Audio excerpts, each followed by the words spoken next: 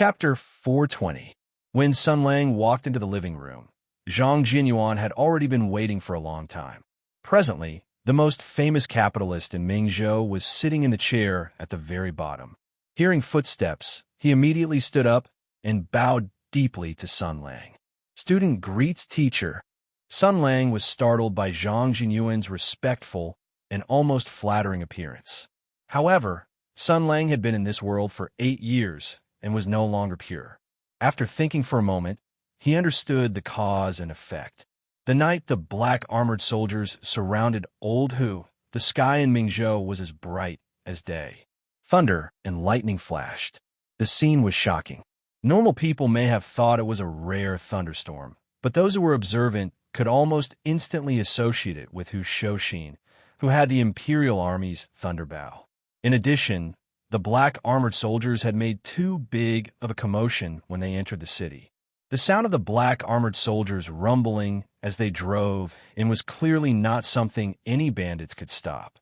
Those with common sense could see that Tensei Province's black armored soldiers were continuing to advance. Clearly, something big had happened. When these two things were combined, the truth produced made all the smart people quiet out of fear. They thought, "Oh my God, could it be that Hu Shouxin is at odds with Tensei Province?" However, they guessed correctly. Hu Shouxin had indeed been at odds with Tensei Province. Tragically, they had guessed the beginning, but not the ending. Not only had Hu Shouxin been at odds with Tensei Province, he had also completely killed off the black armored soldiers of Tensei Province who had entered the city. Oh my God, those were Imperial Guards. The corpses of the black armored elites, who had once awed the world, were scattered all over the city. They were piled up here and there, and no one came to clean them up even after a long time. This irresponsible behavior of not caring about the burial of the corpses made the officials and landowning households panic, especially the governor of Ming Province, who was not very powerful. He did not sleep well that night. After all, the scariest thing was the unknown. Look, this Hu Shouxin mobilized the Imperial Army and massacred the soldiers. It was already the same as rebelling. He did such a big thing, but first, he didn't pack up and run away. Second, he didn't raise the flag to rebel. He didn't even collect the corpses. He actually sent all of his family members to Marquis Jingan Fu with great fanfare and then fucking slept. The prefecture overseer Darren stayed up the entire night in fear. Even when the sky was about to brighten, Hu Shouxin still did not make his next move. The black armored troops were still lying dead on the streets, and the atmosphere was terrifyingly quiet. In his grief and indignation, he even wanted to go to Marquis Jingan Fu and knock on the door himself. "General Hu, are you going to rebel or not? Are you going to run away? Will you attack the Yamen? We've been waiting all night. You're making things very difficult for us." This official is in despair. As a result, other than sending messengers to Hongchang like snowflakes to find Shi Tianru, to find great General Qi Guanyin to come and stabilize the situation, the prefecture overseer Darren could only pinch his nose and send people to collect the corpses of the black armored troops. Then he was filled with resentment and worried about personal gains and losses. If it were not for the prefecture overseer's responsibility to protect the land and pacify the people and the strict laws of the empire, he even wanted to pack up his belongings and run away at top speed and return to the imperial capital to complain. Even the prefecture overseer was panicking to this extent, not to mention the other yamens and noble families. Such a big thing had clearly happened that night, but the person involved acted as if nothing had happened. If he did not lose his mind, then there must be a huge conspiracy. Just as everyone was guessing, inquiring, probing, and preparing in vain, a few people who had more clues realized one thing. Perhaps the empire was about to face some kind of huge turmoil.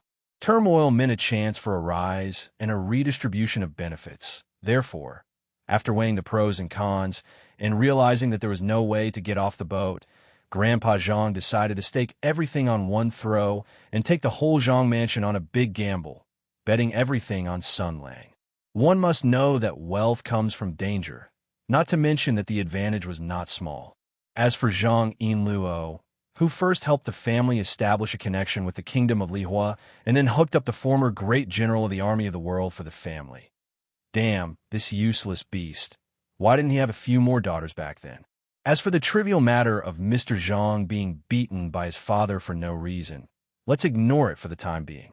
In addition to the Zhang mansion, there was another friend, surnamed Zhang, who was also keenly aware of the huge opportunity this matter meant. His name was Zhang Jianyuan.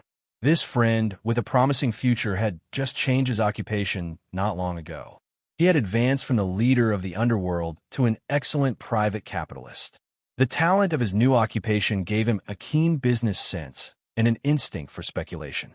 What's more, he had learned the skill of riding on someone's coattails without anyone teaching him. Speaking of which, during this period of time, Zhang Jianyuan had been ambitiously formulating plans to expand his industry and trade routes.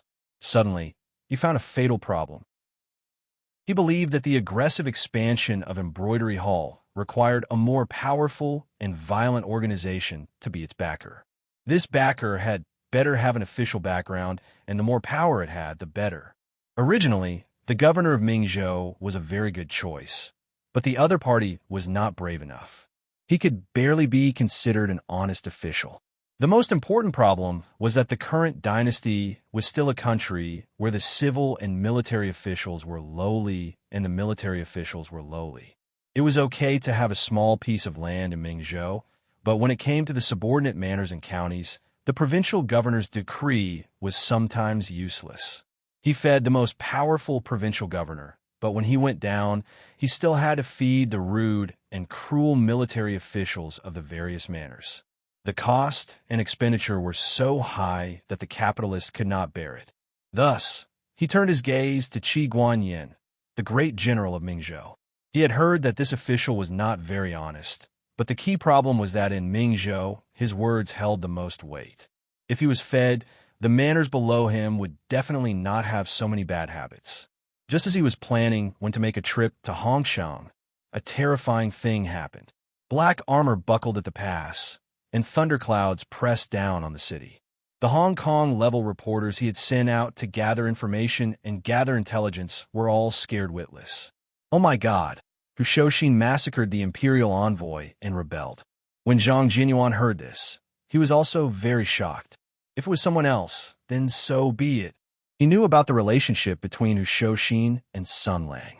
Just as he was about to go find Sun Lang overnight to see if there was anything he could do to help, another piece of news came that almost made him pee his pants. Another reporter saw Sun Lang carrying Hu Huaishou away. Hu Huaishou was not lightly injured, but Sir Sun looked completely fine. Sun Xiansun even took the initiative to greet the reporter and was very friendly. Not far behind them, there were piles of charred corpses. Then, Sun Lang brought Hu Shouxin to Zhong Yi Building. Then, he brought Hu Shouxin to Ping Huafang. Then, he brought Hu Shouxin and his family to Marquis Jinggan Manor. All kinds of details and clues came in. Zhang Jianyuan almost could not control his urge to pee. He seemed to realize that Great Hero Sun seemed to have something to do with this matter that was tantamount to treason. Thus, he closed his door and racked his brains. He stayed up all night, moaning and groaning. Reason told him that he had to immediately draw a clear line between himself and Great Hero Sunday. He even had to pack up his valuables and flee without a trace. But Great Hero Sun's teachings still echoed in his ears. This was the first time someone acknowledged him, the first time someone gave him pointers. His business was successful and developed rapidly. It turned out that people really could earn money openly and honestly. And in this short period of time, Embroidery Hall was bursting with vitality. All of this was like a dream. Just as he was at a loss of what to do, someone suddenly came to report that Great Hero Sun had summoned him. When he heard this, his first reaction was to quickly run away. But a wave of stubbornness and persistence still controlled him, causing him to arrive at Marquis Jinggan Manor uneasily. He wanted to see the situation first.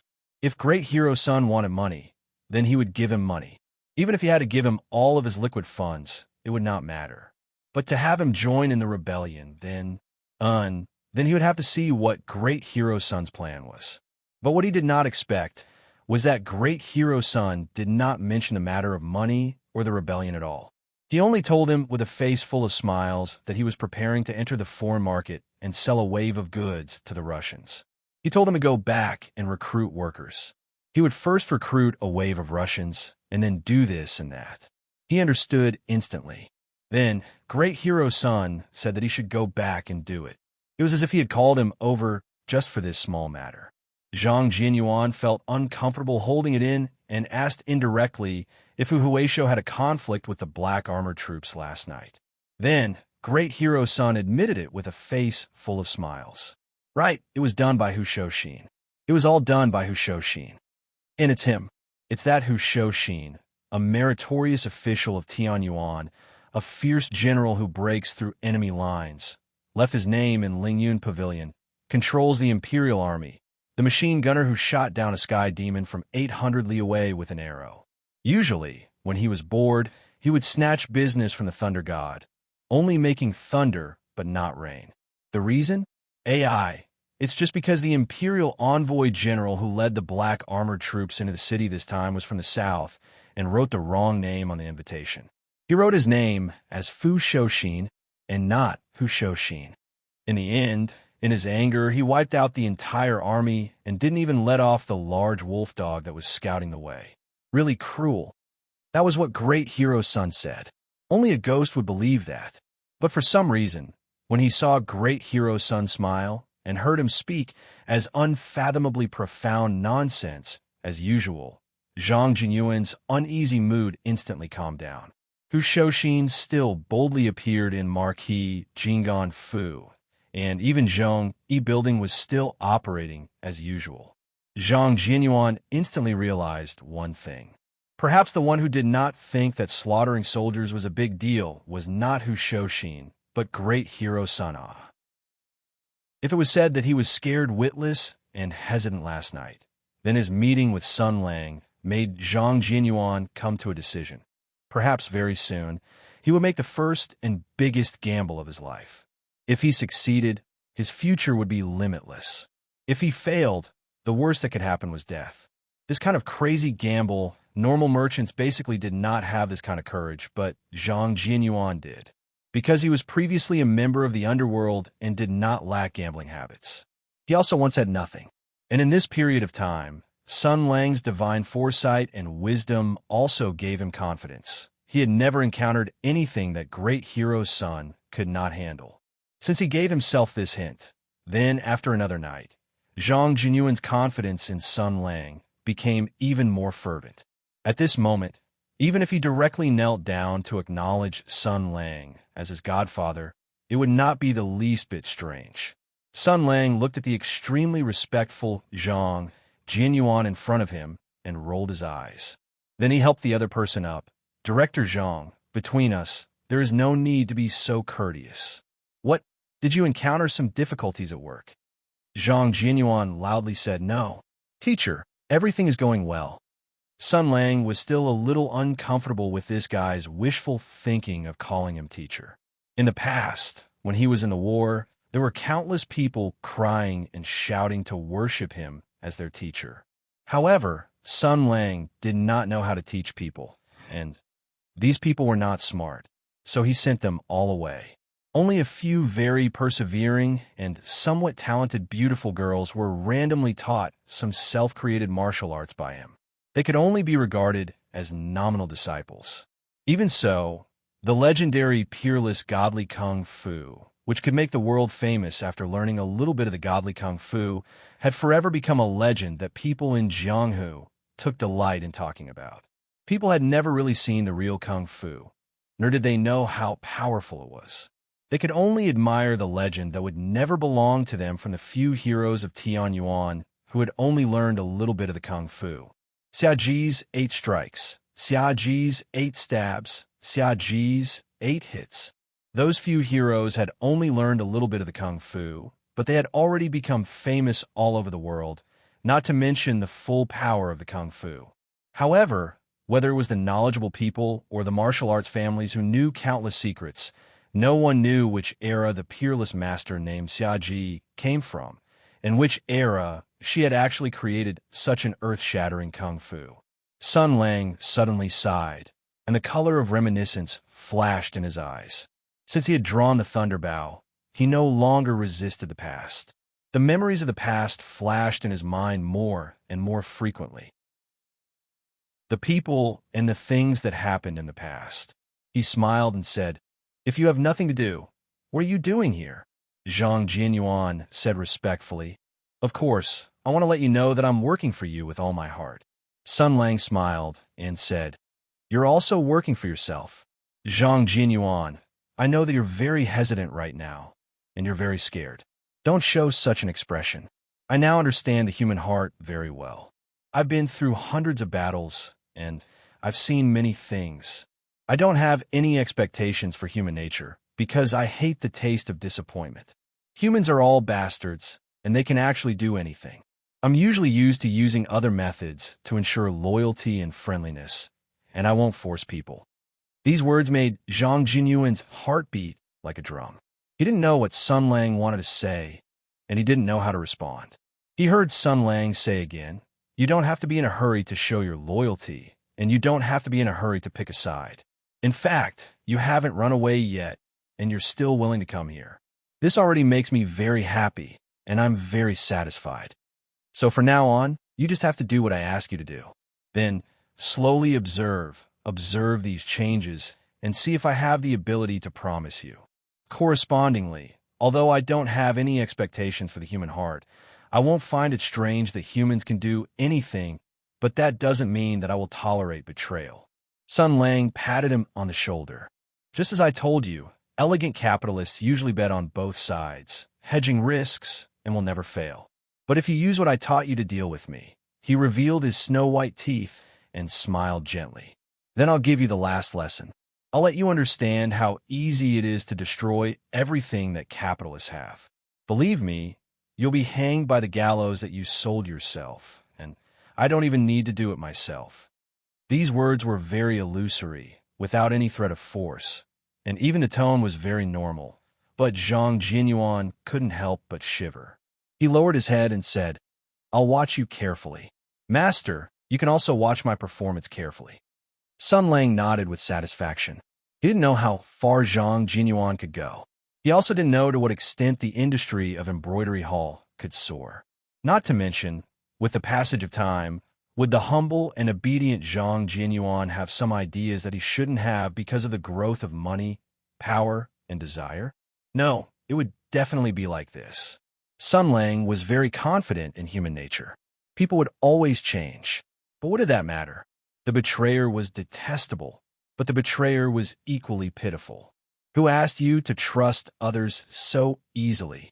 Who asked you to look down on human nature? Who asked you to have fantasies? Who asked you to be childish and naive? These are the most tragic causes of death. Since you didn't die, you must change.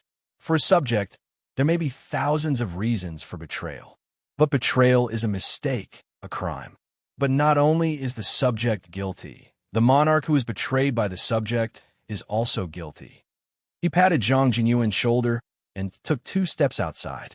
Looking at the sky of the Marquis Manor, he said leisurely, "It is the monarch who is guilty. His ability, virtue, and tolerance are insufficient. He made the subject betray him, made the subject choose to betray him, and made the subject have the opportunity to betray him. The turmoil in the country caused by this, the panic caused by this, and even the death of the betrayer and the ruin of his reputation, implicating his family and the bloody lives of the people. It is all the monarch's fault. It is the monarch's negligence. It is the monarch's inability to control his subordinates. It is the monarch's inability to take preventive measures that caused this to happen. So, the betrayal of the subject is also the monarch's fault." Sun Lang turned around and said with a smile, "So, not only Zhang Jianyuan, you have to stay true to your heart. I also have to work hard. I can't give you the opportunity and reason to betray me. Otherwise, if there is a crack in our harmonious relationship in the future, or even if we break off all ties and your reputation is ruined, it is tantamount to saying that I am also responsible." These words were somewhat disgraceful. He openly considered himself as the monarch. To put it lightly, he was overstepping his authority. To put it bluntly, he was conspiring against the law. But Zhang Jianyuan seemed to realize something, and his face instantly turned pale. Yes, Sun Lang nodded as if he was talking to himself. He sighed softly. The betrayal of the subject is the joint crime of the subject and the monarch. Since the subject has paid a heavy price for this, the monarch should leave something behind. It really can't be justified. Before Zhang Jianyuan could carefully digest the terrifying amount of information in these words, suddenly there was a burst of crying and shouting from outside. The two of them looked over and saw a person wearing the uniform of the embroidery hall running towards them with a disheveled face. As he ran, he shouted, "President, Hero-san, something bad has happened. Something bad has happened." The two of them were stunned at the same time. Then, they heard an angry shout from behind. "Which one of you is Zhang Jianyuan? You shameless businessman. You black-hearted wolf. Not only did you use incitement to control the thoughts of the descendants of fire, but you also used dirty poison to control their bodies." Zhang Jianyuan was stunned for a moment. "Ah, I didn't poison them? I heard it. So it's here. You vicious bastard. You should also have a taste of the hell potion made by this evil wizard." As soon as he finished speaking, a black jar flew through the air. Chapter 4:21. Let's rewind time a bit. It was also a coincidence that when Creel defeated that fellow Slaro who spoke rudely and learned of Zhang Jianyuan's great plan to recruit workers from his mouth and decided to make a trip to Embroidery Hall to investigate what this mysterious merchant was plotting. Her target, Zhang Jianyuan, was just leaving Embroidery Hall and heading towards Marquis Jing'an's Fu. What this death messenger did not know was that the so-called Marquis Jing'an Fu was about to become the biggest turning point in her life. She did not know anything about what was about to happen and urged that burly Slaro to quickly lead the way. That person was called Andre. This was a very common Slaro name and was equivalent to the Empire's Liurden. At this time, Andre's legs were trembling and he had a sullen face, but he was still forced to lead the way. As he walked, he had a sullen face as he turned his head and said, "Do a good deed. This noble lady, be benevolent. If something happens, you can leave, but I can't run." When Andre was in Liwa country, he was just a gambler and idler who mingled in taverns. He did odd jobs, swindled foreigners, and robbed for a living. The latter two were clearly quick jobs that brought in money. But in Liwa country, where religious authority flourished, this kind of illegal business could not be done for long. He very quickly kicked an iron plate and accidentally offended a theocratic aristocrat. That old master only needed to move his mouth, and he had 100 ways to make it impossible for him to continue living there. The pitiful Andre immediately had no way out.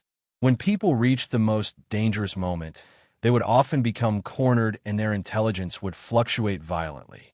From there, they would do things that they normally would not dare to do or would not be able to do.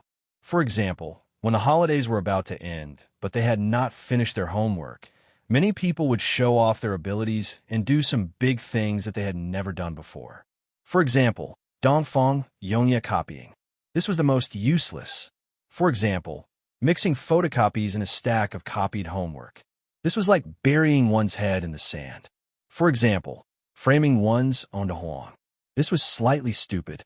For example, after handing in an empty homework and going through careful planning and preparation, one could bring their beloved lighter and erguo too and secretly sneak into an empty office at night, during class breaks or during lunchtime.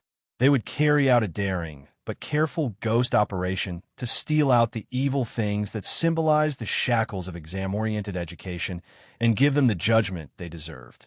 If it was too troublesome, it was also possible to take a large bottle of inferior ink and process it on the spot. Of course, this kind of behavior was not worth advocating. The reason why this example was given was to reflect Andre's desperation and impulsiveness at that time. He also made the same stupid decision as above. Since he couldn't stay in the country anymore, he might as well go abroad. He did not run to the Western countries that had a similar cultural background. Instead, He believed in the lies of the merchants and guards who liked to brag. After listening to their nonsense, he felt that the Eastern Hudu Empire was a dreamland filled with gold, and the guards at the city gates lived a better life than account. Then he gritted his teeth, negotiated with the smuggler, and climbed into the caravan full of goods.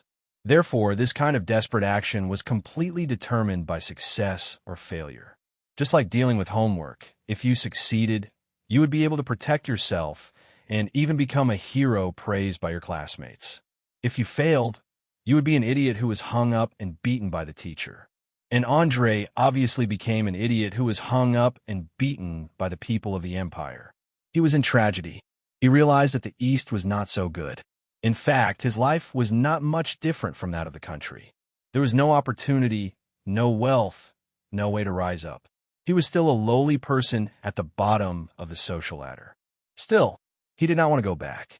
Just because he was not doing well did not mean that the people here were not doing well. There were delicacies here, all sorts of fine wine, cleanliness, prosperity, liveliness, and freedom. He would rather be a discriminated Slavic immigrant here than go back to his motherland, a lifeless country that was controlled by the church and the nobles, by the theocracy and the regime, and by a small group of people who controlled all the wealth and power. There was no freedom and beauty to speak of, and he already couldn't go back.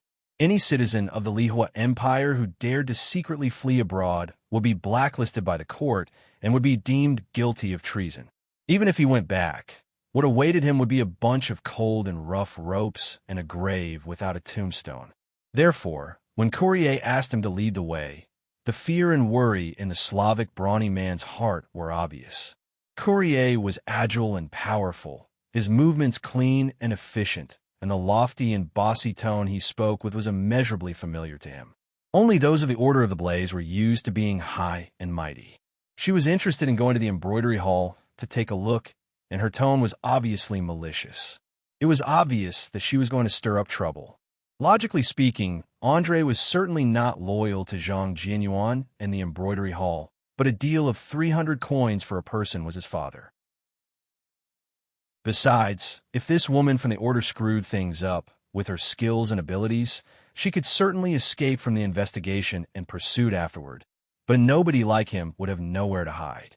If a rich man like Zhang Jianyuan wanted to deal with him, it would certainly be as troublesome as the theocratic aristocrat back then. Therefore, while walking, he begged sorrowfully, "Do me a favor, honorable lady. I can tell you where the embroidery hall is. I can even tell you the details inside. Please don't let me show up. Please don't let them know that I have anything to do with this." Hearing his begging, Courier put on a joyful and cruel smile. As a perfect hunter who was used to fighting beasts, she had been beastly since she was young. The more the prey struggled and begged, the more she found it interesting and would not have any pity. The weak did not deserve pity. She sneered and said, "You are afraid of them, but not of me? A loser has no right to make any conditions. You cannot lead the way, but you have lost all your value to me." The meaning of her words was clear at a glance. Andre's body trembled with anger and helplessness.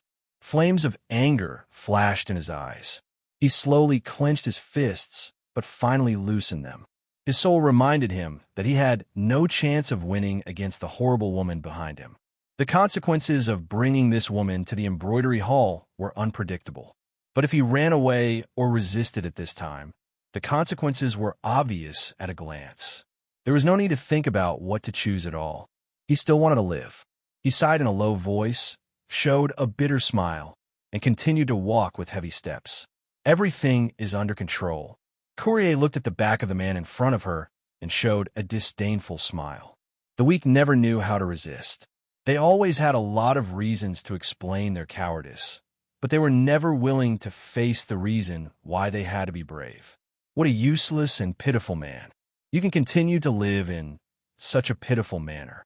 She casually decided the fate of this unremarkable man in front of her.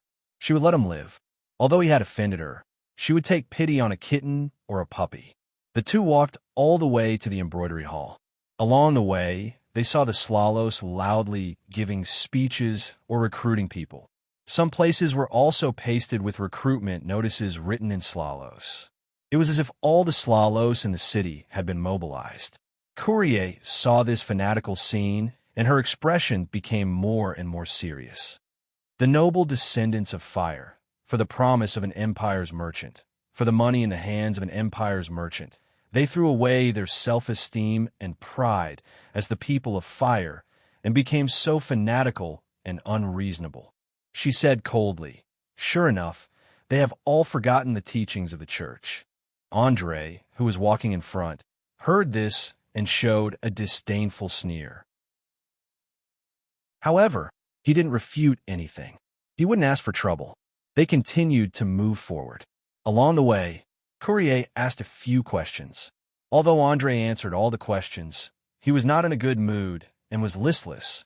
Courier wasn't angry, and she didn't want to find out what this person was thinking, just like how a lion wouldn't understand the thoughts of an ant under its feet. Finally, they came near the embroidery hall. Looking from afar, there was a huge empty space between the low houses. There were workers working in it, moving building materials and consolidating the foundation. It seemed that they were building something, and the crowd that was constantly rushing over was squeezed on the other side. "They're doing the registration and inspection work," Andre said. "The embroidery hall is not a charity organization, and Zhang Jianyuan is not a fool. All the Slalos who come to apply for the job must register their identity, have a health check, sign a contract, and inform them of the matters. A series of work has to be done." Courier frowned. She didn't expect the process to be so strict and formal. It was even comparable to the recruitment work of the church. Although she wanted to see what Zhang Jinyuan's purpose was, it didn't mean that she was willing to introduce the interrogation and the so-called health check of the embroidery hall. Moreover, with her appearance and figure, if she took off her cloak and veil, it would definitely arouse the attention and even suspicion of the embroidery hall. After all, a woman's beauty was sometimes not always a good thing. It seemed that she had to use some other means. She glanced at Andre, then took out a gold coin and threw it at his feet. "Although you won't have the chance to receive the 300 coins, this can make up for your loss. Poor guy, hurry up and leave. I hope this is the last time we meet. Of course, if you do something you shouldn't do, I can't guarantee it." Then, without paying any attention to Andre, she quickly disappeared. Andre stared blankly at Courier's disappearing figure and then looked at the gold coin at his feet. This gold coin was familiar and strange at the same time. It was familiar because it was the most valuable gold coin circulating in the Kingdom of Fire. It was strange because its value was so great and so precious that he had never held it with his own hands in the past 20 to 30 years of his life. He had never felt its texture and charm. He trembled as he picked up the gold coin. This was a wealth he had never seen before. If it was in the past, whether it was in the country or abroad, he would definitely be so excited that he couldn't sleep and would definitely shout to the sky without caring about anything. But at this moment, for some reason, he didn't feel happy at all. Holding this gold coin, he only felt anger, grievance, dissatisfaction, and sorrow. The other party's arrogant tone, her cold eyes. She didn't even bother to kill him. Always high and mighty, always proud. She was undoubtedly a member of the Order of Flames, because in the Kingdom of Fire, only they had such an arrogant tone and attitude. As for people like him, he would always be the target of their disdain and disdain. He would never be respected. He would always have to kneel and look up to them. He would always be looked down upon and would always have to kneel in the mud. Even if he was abroad, even if he was in the Hutu Empire, he would still have to kneel like an ant before this group of arrogant members of the Order of Flames. And he still had to kneel? Why? Isn't this the Hutu Empire? Isn't this a country full of freedom and dignity? I'll come here. I've lived here for years. Why don't I have freedom and dignity? Andre clenched his right hand hard. His expression was dejected and extremely unwilling. But there was nothing he could do. He had no power. He had no ability. It was the same everywhere. At this moment, he suddenly heard a gentle voice. "What's wrong with you?" He turned around in a panic, only to see a man of the Empire in the uniform of the embroidery hall looking at him with patient and gentle eyes. His tone was full of concern. "You're standing here alone. Are you not feeling well? Do you understand Chinese?" Andre nodded hurriedly. "Yes, sir. I understand." he wanted to tell the man that the woman from the Order of Flames was about to sneak into the embroidery hall, but he couldn't. The woman's threat was still in his ears. He knew how powerful the Order of Flames was. If he betrayed them, the consequences would be unpredictable. While he was hesitating, the man of the Empire seemed to have misunderstood his helplessness. The member of the embroidery hall patted his shoulder and said with a smile, "Big incense head." "No, the president said that Slalos and the people of the Empire are all human beings. As long as you're honest, hardworking, and generous, you're everyone's brother. Since we're brothers, we should care for each other. Are you not feeling well? The embroidery hall is hiring a doctor and building a clinic. Do you want me to take you there?" Andre shook his head. "No, I'm fine." "Then why are you trembling here?" The man was stunned at first, but then he smiled. "I understand. You want to come to the embroidery hall, but you haven't made up your mind, have you? Don't worry. The president said that in order to dispel everyone's doubts, you could try working here for a month. You won't have to pay any fees, and you'll be paid. When you feel that this place is really good, we'll sign a formal contract." He patted Andre's shoulder hard and said with a smile, "When has our president ever gone back on his words? Look at your strong body. You're a workaholic. You left your hometown and came to the Empire. You must want to make a name for yourself, right? Isn't this a ready-made opportunity? Why don't you seize it?" Andre's heart trembled. These words directly hit his heart. If it weren't for the fact that he had nowhere to go, if it weren't for the fact that he couldn't make a name for himself, if it weren't for the fact that he had no hope, who would be willing to leave their hometown? The man smiled again. "Let's not talk about anything else in the embroidery hall, but there's one good thing about it. It means that no matter what your background is, no matter what you used to do, and even no matter which country you're from, as long as you're willing to work and contribute to the embroidery hall, you'll definitely be rewarded and repaid." Andre suddenly raised his head. He only cared about the 300 copper coins he could earn from recruiting a person, but he had never heard of this before. He said with a trembling voice, "Is this true?" The man smiled proudly and pointed at himself with his thumb. "Remember my name. My surname is Un, and my name isn't Lee. If you enter the embroidery hall and can't make a name for yourself, come and find me." Andre looked at the warm and cheerful Empire citizens in front of him, then turned to look at the bustling crowd. Looking at the smiles on the faces of the Empire citizens, he was once again reminded of the disdain and coldness of the woman just now. His own countrymen and the Empire citizens, these two completely different attitudes made his heart ache. Finally, he knelt on the ground with a plop, hugged in Lee's thigh, and wailed, "Sir, I have something important to tell you." Chapter 422. Amidst the hustle and bustle on the other side of the wall, Courier climbed over the wall of the embroidery hall.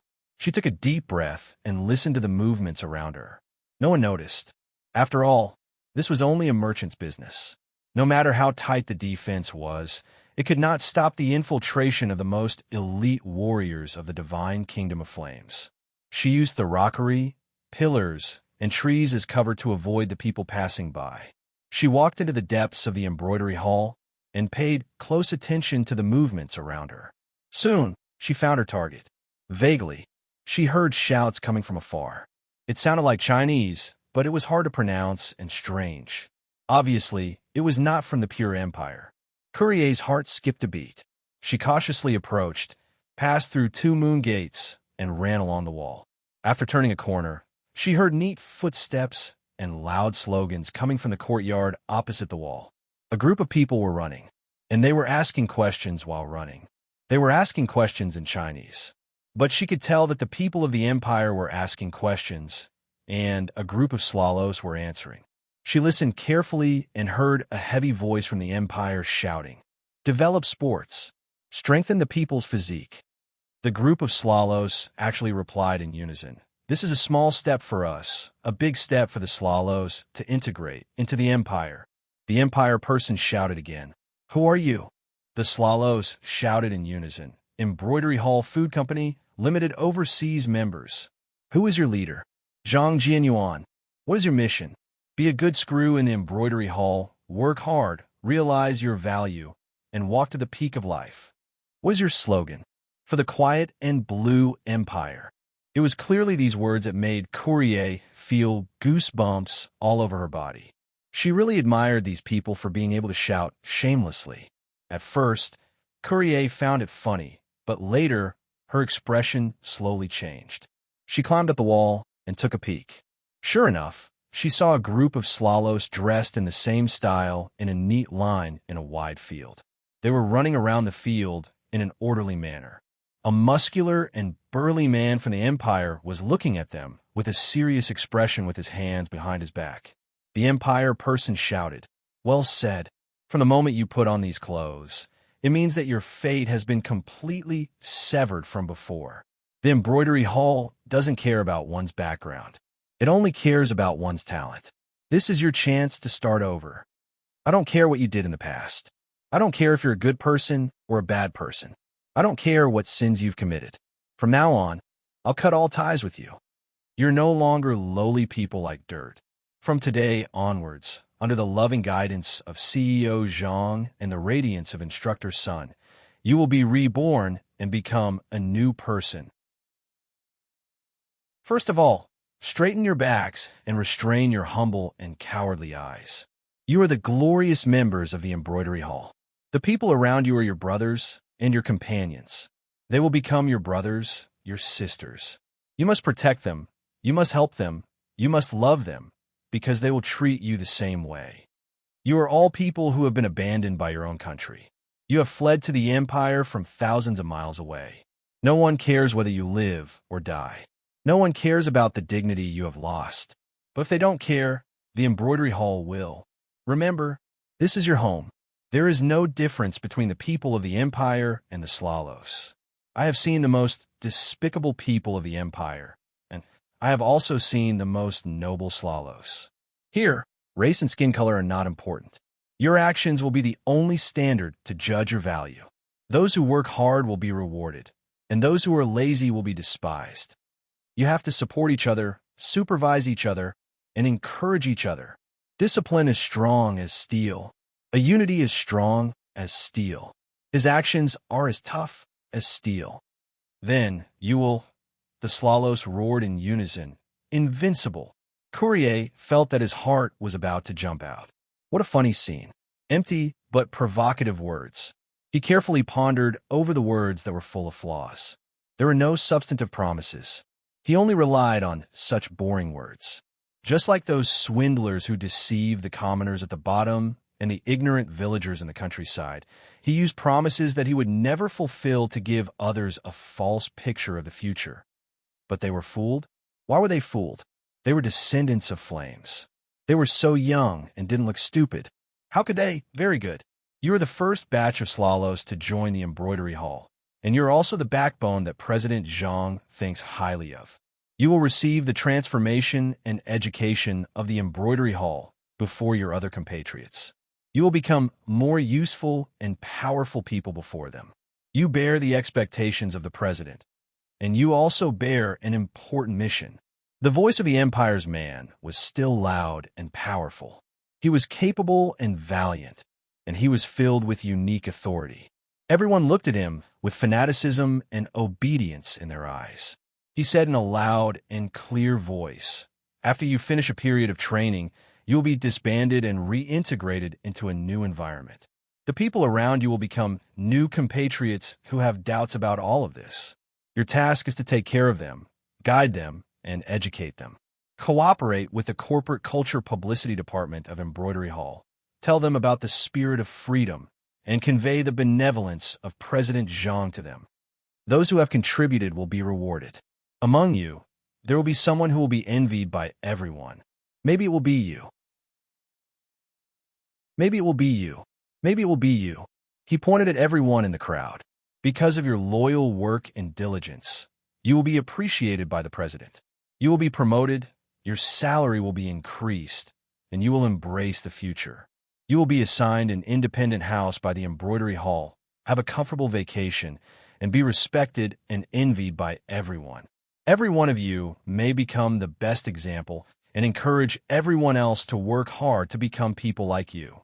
He pounded his chest hard and roared, "Invincible, my brothers!" Everyone roared in unison, "Invincible!" Creel had already quietly landed on the top of the wall.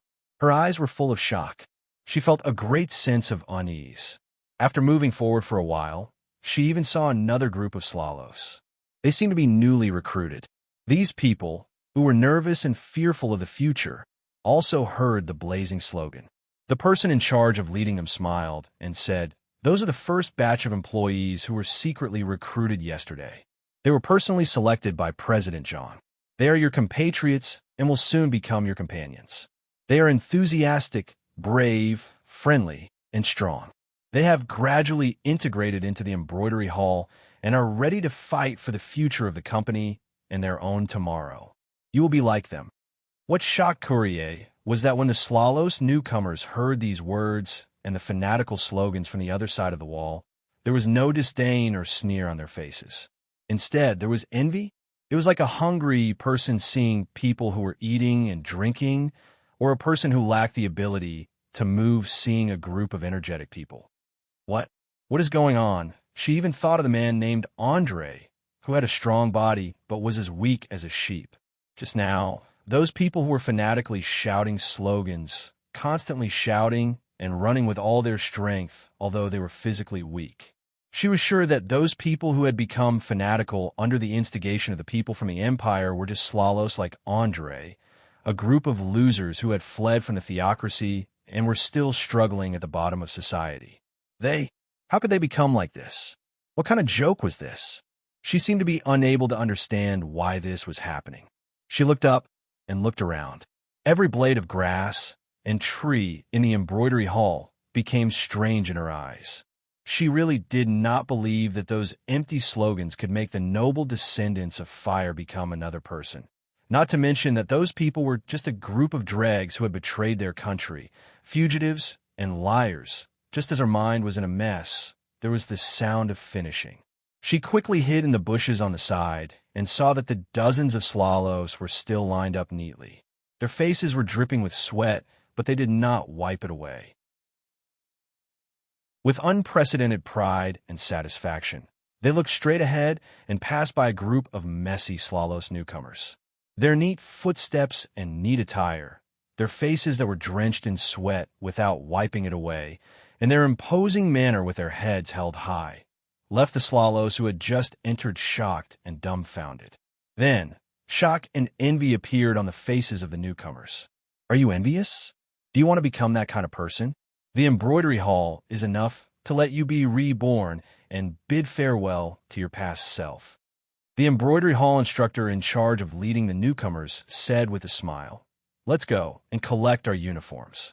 Then, we will conduct a one-day ideological education course. Our director has a lot to say to everyone."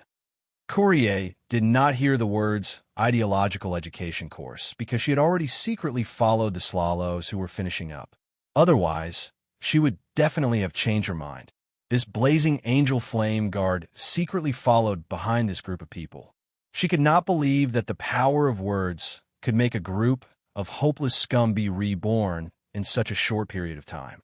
She felt that Zhang Jinyuan must have used some despicable method, such as a mysterious medicine passed down from the ancient East, some kind of hypnotic spell, or the Imperial Army with special powers. She had to figure out the reason. But after following them all the way, she smelled the aroma of food.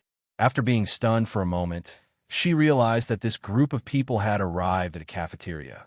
The Slalos lined up, and their instructor lectured in front of them. According to the training course set by the president, although you are the group with the best ideological awareness, you are still far from it.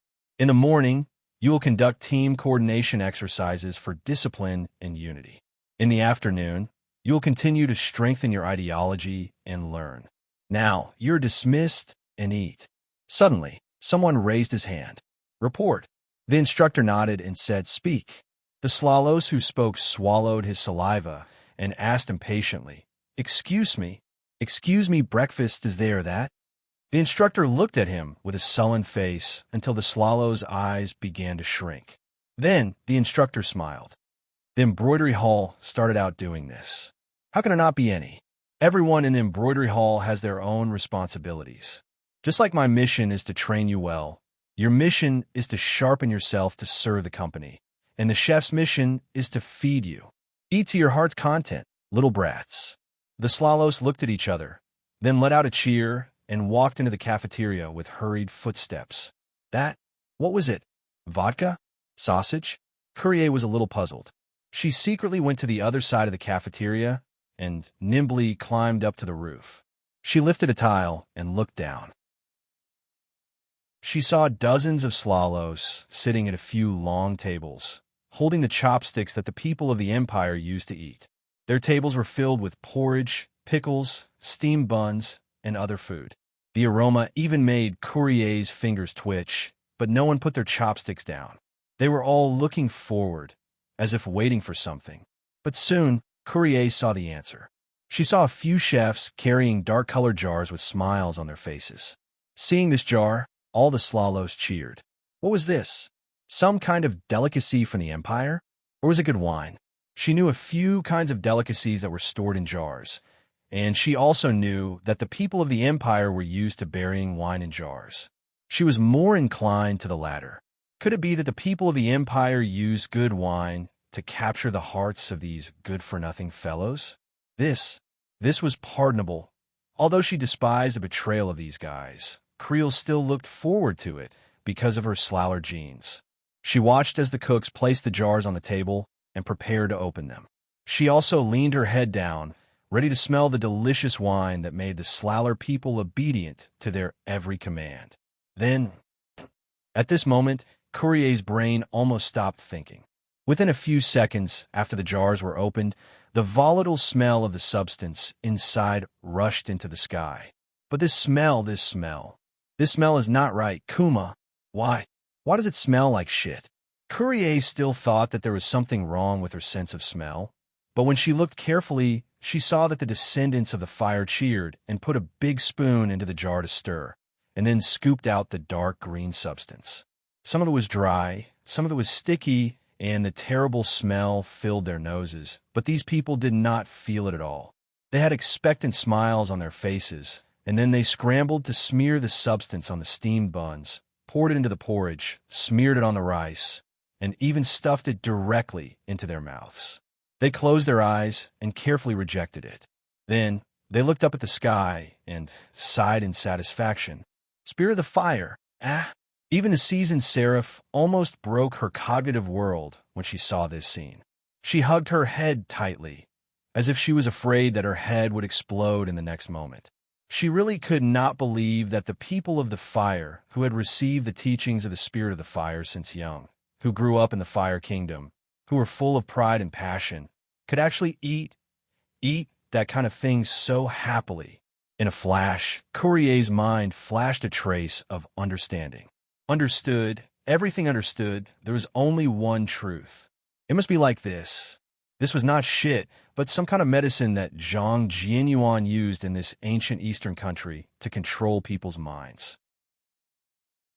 Just like those despicable wizards, he used all kinds of disgusting things like dead babies, bones, hearts, and other disgusting things to brew an even more disgusting medicine, and then force these Slalos to eat it to control their thoughts. After these people ate these poisons, their cognition changed. Not only did they no longer resist, but they also became addicted. The more they ate, the deeper Zhang Jinyuan's control. It must be like this. This horrible scene had already made Courier unable to bear to watch. She silently took a bomb from her belt, wanting to send these people back to the embrace of the Spirit of the Fire. Then she felt that it was inappropriate. If she made such a big noise, not only would it alarm Zhang Jinyuan and scare him away, but it would also attract attention and trouble. Just as she was hesitating about what to do, suddenly, a fierce bell rang. Courier's eyes sharpened, and she jumped down from the wall. In the canteen, the instructor had already thrown away the steam bun in his hand and suddenly stood up. Alert! This is the sound of a blue alert. Enemy invasion. Hearing this, Courier sneered slightly. Andre, that bold ant, good, very good. At this time, the instructor had already rushed out with a group of Slalos and shouted, "What's going on? Who's ringing the bell?" This instructor's position in the embroidery hall was obviously not low, and soon someone hurried over. The two of them exchanged glances and ordered the Slalos to stay where they were. They went to a hidden place and whispered. Courier approached cautiously and heard their conversation. What? Someone from the Blazing Flames Order from the Livefire Nation has snuck in? Yes, most likely, the person said in a low voice. It's in Lee, who's in the limelight in the product department, who said it. He guaranteed it. The security department's meaning is that we have to guard against it. If it's a normal spy, then it's fine. We can catch him and throw him into the well. But the Blazing Flames Order involves the Livefire Nation and cannot be underestimated. We have to let the CEO make the decision. That instructor muttered, but the CEO is currently a guest at the Marquis Jingon Fu. There's no other way. You take people to be on guard first, and at least find the person. I'll immediately rush to the Marquis Jingon Fu and invite the CEO back to take charge of the situation. The person said hurriedly, There's no time to lose. I'll leave this matter to you. I'll be back soon. The two of them acted swiftly and immediately made a decision. The person who reported the news led a fast horse and rushed out from the back door. The instructor blew the whistle and began to arrange the search.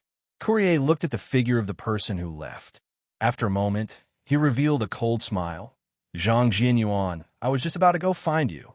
Meanwhile, at the cafeteria, the people who were eating just now left in a swarm.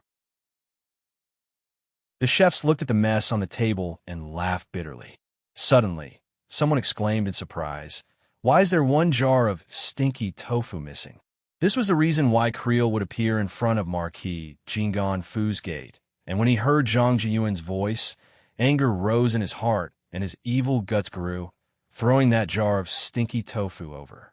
Of course, as a Russian who came from the Blazing Flames Divine Right Nation, which was famous for its firearms, after she threw out the jar of wizard medicine, she also did something very Russian without anyone teaching her. Looking at the jar that flew into the air and rushed towards the parlor, Courier raised his hand and raised the gun on his right wrist. Prepare yourself. Bang. Chapter 423. After hearing the roar outside, Sun Lang and Zhang Jianyuan were both stunned. Then, they heard the sound of wind whistling, and a black jar flew through the air, rushing towards them. Zhang Jianyuan was indeed an outstanding capitalist of the new era. He recognized the packaging of his food at a glance. He was stunned at first, then subconsciously reached out to catch it. On the other hand, Sun Lang sneered. He was indeed an ascender of the new era. He saw through the intention of the newcomer at a glance. His heart was filled with boundless ridicule. Damn it, Sun Clan's rotten food. He reached out and pressed on Zhang Jianyuan's shoulder, then pushed him to the side. Then, he drew an arc with his left hand and pushed with his right hand. An invisible force surged out, and the jar of stinky tofu was suddenly fixed in midair. In an instant, Sun Lang formulated a flawless plan with his top-notch martial strength and combat experience as the 7 Luminary Sword Sage. Using the stinky tofu's own sputtering to hurt people, close. Exploding bullets are the real deal. Today, I'll show you what martial arts can do. In the time it took for a spark to fly off a piece of flint, Sun Lang's eyes flashed with a wise and far-sighted light. He used the heaven and earth shifting technique to fix the smelly tofu jar that was attacking him in midair. Then, he used the power of the white rainbow palm to make it spin in midair. Then, he used the power of the returning wind whisking willow to make it spin and rush back. This way, the still spinning stinky tofu jar would explode while maintaining its spinning posture. The centrifugal force would scatter the liquid and solid inside, causing a large area of damage. This was the plan, the perfect combination of imperial martial arts and junior high school physics. Take this, you stupid beginner. I'm invincible, bang. The moment the gunshot rang out, Sun Lang thought he was hallucinating. A flintlock? But this wasn't a hallucination. The jar that was fixed in midair suddenly exploded, and the pottery jar instantly lost its function as a container. Holy Grail exploded. Angola Newman, F***CK your mother. The evil of this world in midair surged down. In the blink of an eye, Sun Lang roared angrily and turned to run. Zhang Jianyuan had just seen Sun Lang personally stabilize the jar in the air and was still praising his teacher's divine skills. However, in the next moment, the jar suddenly exploded and all kinds of substances inside rained down. In the blink of an eye, Zhang Jianyuan, who was frozen in place, was drenched from head to toe. The dark green color, the liquid that slowly flowed down his clothes, the smell that suddenly spread, and the sad back view that was messy in the wind. In short, it was very unbearable to look at, and they really wanted to mosaic him. Zhang Jianyuan stood there blankly for a moment. He stuck out his tongue and licked the bean curd on the corner of his mouth. He said expressionlessly, "It's too salty." "Ah, President." The henchman of Embroidery Hall who rushed in to report did not escape this disaster. He looked at Zhang Jianyuan, who had fallen to the ground, and let out a roar of grief and indignation. Zhang Jianyuan glanced at him and smiled. Don't panic. This is stinky bean curd. It's made at home. It's edible, but the taste is a little strong." "It's not." "Not at all." A moment later, President Zhang's expression collapsed. He looked up to the sky and roared, leaving hot tears of a man. Oh. At the same time, another roar rose to the sky. Oh, bastard. You don't play by the rules. You blaspheme the sacred duel." The roars rose and fell one after another and resounded through the sky. Sun Lang's voice was the loudest. He directly rushed into the sky, broke the tiles, and jumped onto the roof. He let out a deafening roar. "You actually used a gun. You actually King use a gun. You will drown in your own feces." Sow! The moment Sun Lang rushed into the sky, Courier's heart tightened. As a hunter, her intuition alerted her to an unprecedented level.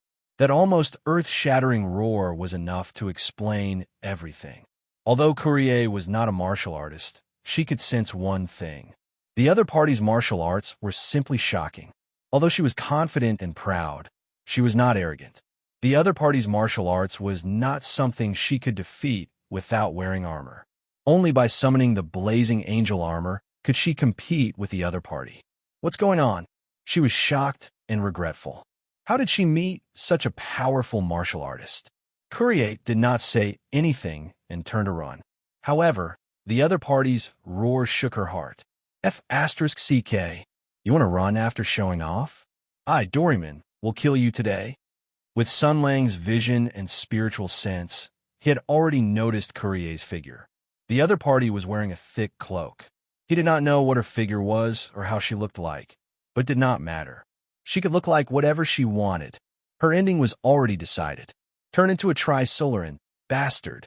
Although she did not know what a Trisolaran was, it was definitely not a good thing. Courier's instincts as a hunter and her determination as a top warrior in the Lihua country made her decision. She immediately summoned the blazing angel armor. In a small forest to the west of Mingzhou City, the blazing angel armor, hidden in a tree, let out a roar. Accompanied by the sound of metal clashing, the sleeping blazing angel opened its 6 wings and flew into the sky like a bird. It flew into the sky, bringing with it a stream of light that reflected the sunlight as it flew towards Mingzhou City. Courier estimated the distance. With the blazing angel's deployment speed, it would take at least 2 minutes to rush over from the west of the city.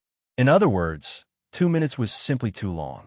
Sun Lang, who was behind him, looked at the other party's fleeing figure and revealed a ferocious smile. Without saying a word, he took out 6 cans of herring and threw them at the other party like it was raining flowers all over the sky. "I'll give you a taste of your own medicine. Have a taste of this too." But before Sun Lang could finish his words, Courier made her move. Behind her was an undefeatable enemy, and she only needed to hold on for 2 minutes. Therefore, she threw all the explosive grenades she had on her back at once. Sun Lang was just about to take out his gun and shoot the canned herring when he saw 5 or 6 grenades flying over. Moreover, they just so happened to collide with the canned herring. Fuck! He pushed out 2 palms, the surging force of his palms sending Zhang Jianyuan and his lackeys flying. The explosive grenades of the Lihua country only had a radius of 7 meters, but boom! There was a series of deafening explosions. The huge shockwave almost sent the stone slabs on the ground flying. Those canned herring were all blown to smithereens.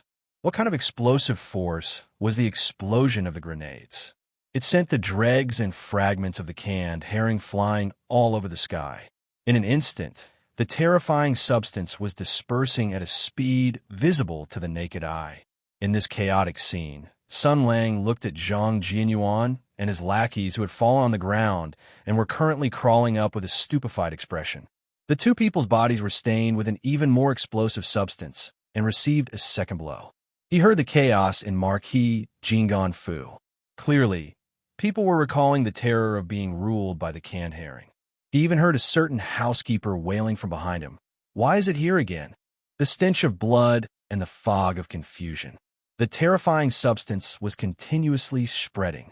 Then he turned his head and stared blankly at the figure that was continuously running away. The second time, F asterisk asterisk asterisk the canned herring, F asterisk asterisk asterisk the stinky tofu, F asterisk asterisk asterisk giving someone a taste of their own medicine. The resplendent sword light soared into the sky. The violent aura was completely released. The airflow was restrained by an invisible force and turned into wind. The cyclone that soared into the sky swept the foul stench even higher into the sky. Sun Lang angrily roared, "You're finished." His body turned into a cannonball, carrying an indomitable and fierce aura as he charged towards Courier. Suddenly, a shrill cry came from the sky, like a stream of fire descending from the sky, like a flaming phoenix flapping its wings. The heavy battle armor transformed during the descent.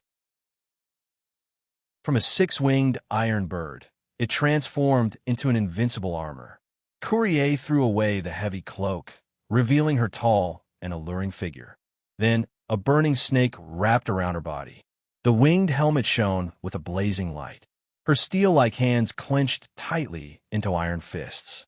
The sturdy yet light armor protected her human body. With a blazing flame as the emblem, she appeared in a six-winged form. Like a red lightning bolt streaking across the sky. This was a blazing star. This was a burning dragon. This was Saraf's blazing angel. Her name was Death's Messenger.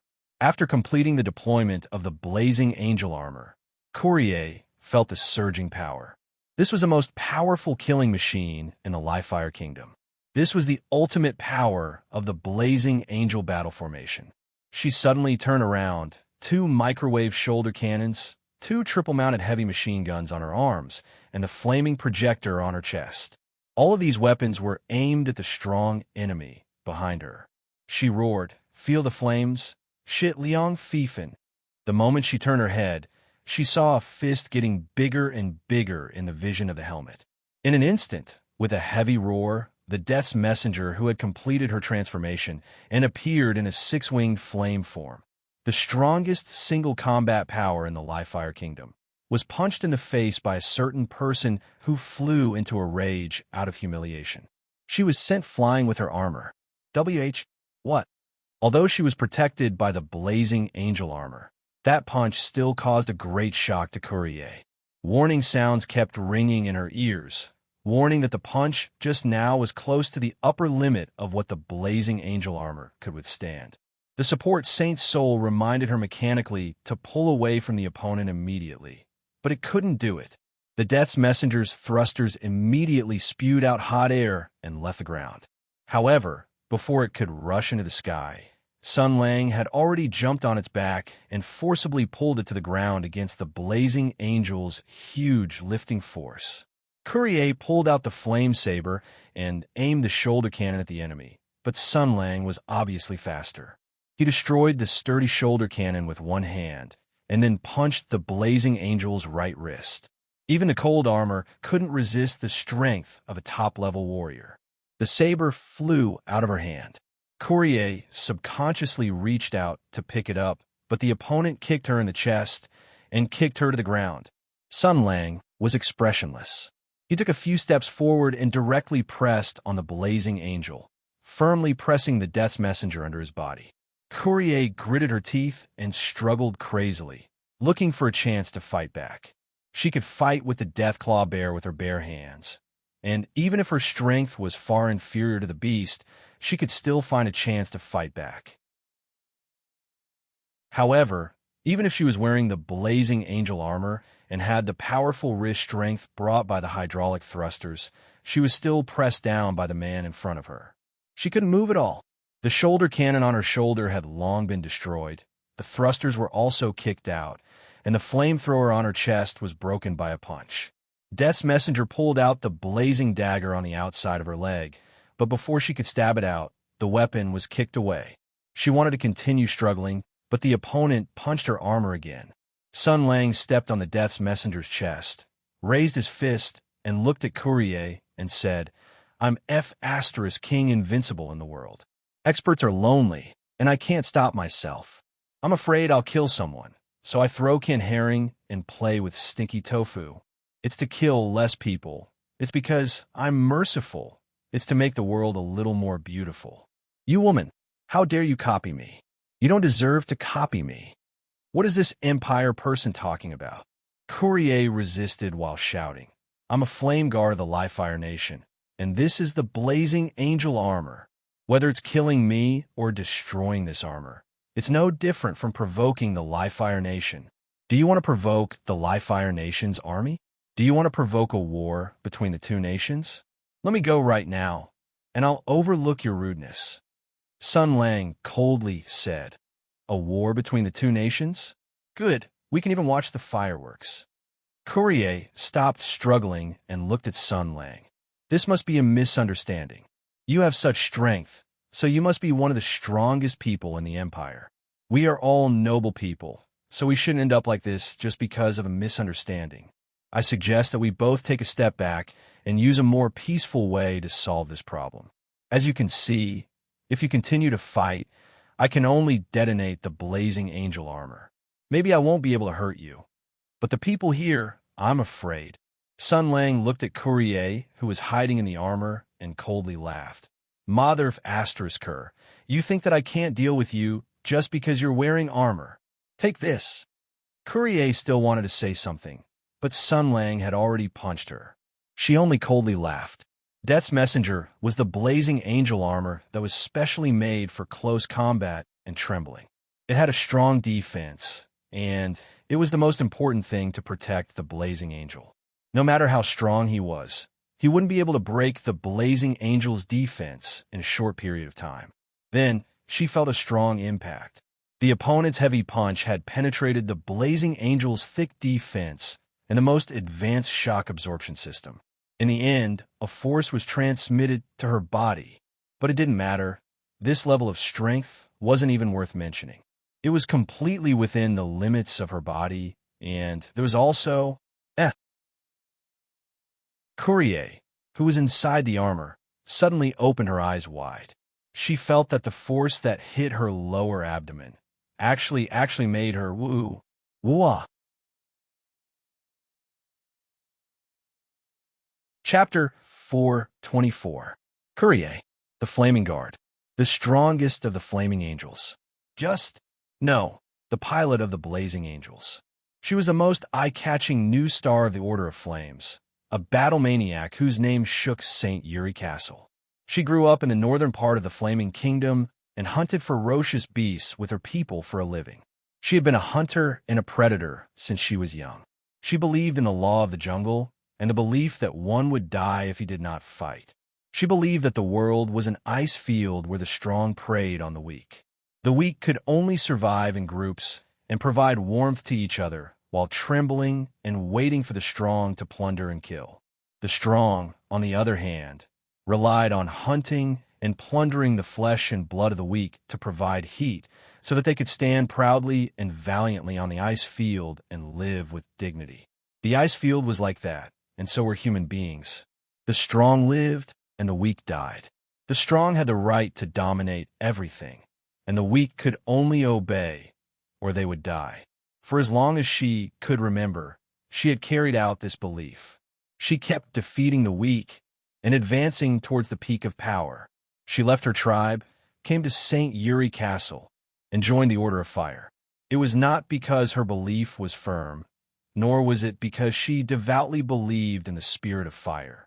It was only because the Order of Fire was the strongest wolf pack on this icy plain. She still carried out the belief of the law of the jungle and defeated one competitor after another. In the end, she joined the Blazing Angel Project and was awarded the powerful new Blazing Angel Messenger of Death. She became the most dazzling star of the Order of Flames. However, she was still not satisfied. Her gaze passed through the vast Bicalia wasteland and looked at the ancient Eastern Kingdom. Her gaze passed through the tall Usola mountain range and looked at the vast Leon plains. In this vast, icy world, there were countless prey waiting for her to hunt and countless weaklings waiting for her to plunder. Even in the Liefire Kingdom, there were foolish and muddle-headed nobles, scheming priests, and ambitious divine emperors. The entire world was a vast, icy plain. Everyone was a living creature that wandered on it. Only the strong had the qualifications to survive. Then, she encountered an unprecedented setback and predicament in this eastern country. Ever since she was young, and even after she got the Blazing Angel armor, she had been through battles of life and death. She fought against strong prey, wore down the enemy's strength and patience, and looked for the enemy's weakness. Then, when the enemy showed a weakness, she would launch a fatal attack and obtain new trophies. This had always been her fighting style. But now, she sadly found that the enemy seemed to have no weakness. Or rather, she had lost the power to find a weakness. Too strong, too perfect, and too strange. The Blazing Angel armor gave her unparalleled strength that could wrestle with mammoths. But this Eastern warrior in front of her had achieved this with his own body. The hydraulic power, the lever transmission, the jet boost, and the power core were all operating at full power. Her unparalleled strength was still easily suppressed by the opponent. Clearly, she had encountered the most troublesome Eastern warrior. These people of the Empire who practiced the so-called martial arts of the East had brilliant skills in the use of strength that surpassed the understanding of ordinary people. They were skilled in a technique that used the smallest amount of strength to produce a huge effect. Just like how ants, although unremarkable, could lift objects that were far heavier than their own weight, these people of the Empire were also skilled in using limited strength to pry the lever of power, producing a destructive force that was hundreds or thousands of times stronger. These brilliant warriors had always been a nightmare of the Order of Flames Knights, because their skills in using strength were enough to harm the pilot's body through the protection of heavy armor. But this was not what shocked Courier the most. This feeling. She widened her eyes. In the vision of the helmet, she saw the Empire warrior pressing her to the ground and swinging his heavy fist at the Blazing Angel armor. The perfect defense and shock absorption system was constantly dispelling the huge force. But there was still a force that could not be dispelled that was transmitted to her body. But this force made her feel pain, and it also made her feel pleasure. What was going on? Pain and pleasure coexisted. Courier bit her lips in shock, not knowing why such a change had happened to her body. This was indeed a pleasure that came from the body.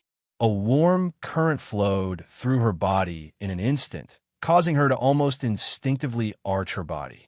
She felt a hot feather gently tickling the skin of her legs, causing her body to tremble involuntarily. Without a doubt, she was very sure that this feeling, she was in heat, but while she was still confused, another punch had already come crashing down. Courier learned her lesson this time. She clenched her teeth and did not make a sound. But although she did not speak, her body was very obedient. Once again, the violent impact brought pain, but also pleasure. An inexplicable feeling took control of her body, and even the strength of her struggle became weaker. Her tense body was instantly captured by the flowing heat, and she became lazy. Courier was shocked and angry at the same time. She shouted loudly, "What did you do to me?"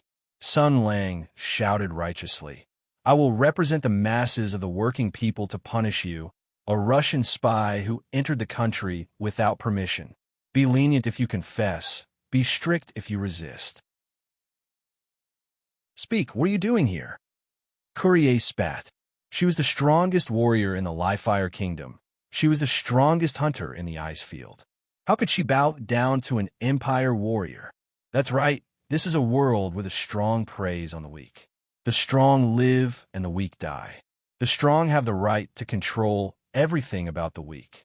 However, I'm definitely not weak. The biggest difference between me and those stupid weaklings is I can choose to die with dignity. I choose to die. Courier's eyes flashed with a hint of determination. Just as he was about to order the auxiliary Saint Soul to activate the self-destruct sequence, Sun Lang had already seen through everything. He raised his head to the sky and roared, letting out a desolate and ancient roar. The roar seemed to have come from the desolate land of ancient times, with endless vitality and hope. Sun Lang's eyes pierced through the barriers of the universe. He saw the stars shining. He saw the warriors who protected the justice and peace of the land in dangerous times. They wore sacred robes, called upon the power of the guardian constellations, and waved their fists that could tear the sky apart with endless blood and sacrifice.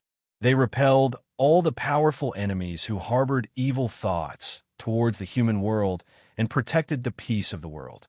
At this moment, the heart of the powerful warrior was beating nonstop. Sun Lang let out a roar. Athena, give me strength. Mount Lu, 100 Eels Tyrant. Yuli Yuli Yuli Yuli Yuli Yuli Yuli Yula. The huge blazing angel armor was instantly enveloped by the torrent of fist shadows.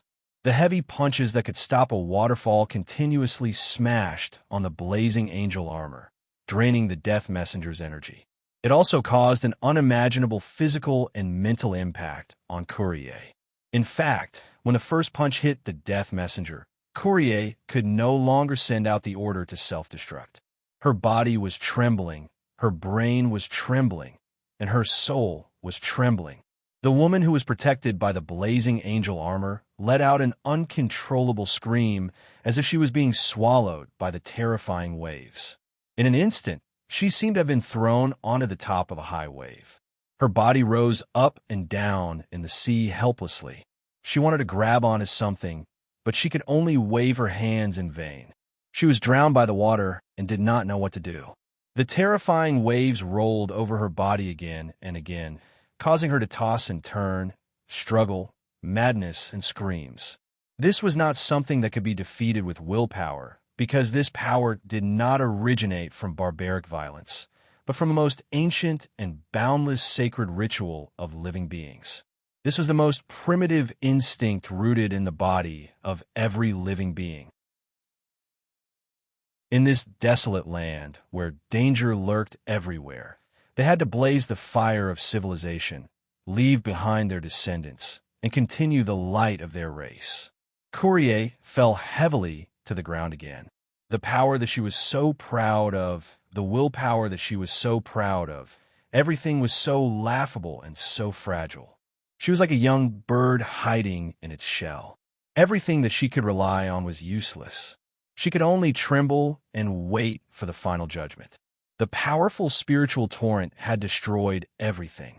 Her willpower, her determination to resist, her resolve to rather die than fall into the hands of the enemy. She had even lost the ability to think. No one could resist this power. She was sweating all over, as if she had just been fished out of the water. Her body had already stopped working. Her whole body was immersed in the dreamlike beauty, and she could not even move a finger. But the opponent was still punching. Every punch was with all his strength. Every punch described the essence of the world. Every punch was as exquisite as a work of art. Full of strength, full of willpower, full of determination, he would not stop, would not show mercy, and would not stop. He was like the strongest and most cautious predator, wanting to devour all the flesh and blood of his prey. He would not relax until his prey was completely dead. Cold-blooded, fatal, efficient, and powerful. He was like a king of the ice plains, elegantly and coldly tearing apart his prey. Courier's mind was in chaos. She had almost lost the strength to think. Through the transparent helmet, she watched the man punch her again and again. She felt the powerful texture of the blazing angel armor when the terrifying surging power struck her. She felt the shock of the power that penetrated the armor and struck her body. She felt the fatal pleasure that surged from the depths of her body. She did not know why it had become like this. She did not understand why her body had become so strange. But she no longer had the time to think about such things. Courier was already in a daze, but she still knew what the pleasure that came from her soul and permeated her body was. People who loved fighting and killing usually had strong physical desires. This was especially true for women like Courier, who had once been a hunter and had been raised as a beast since she was young. However, she had the heart of the strong and believed in the law of the jungle. She was also extremely proud and looked down on those weak and cowardly men. With the vastness of the kingdom of fire and the size of the order of fire, no man could gain her approval. No man could subdue her. Even if her desire was high after a battle, she would always take care of it herself because she could not stand those weak and pitiful idiots howling under her like lowly dogs.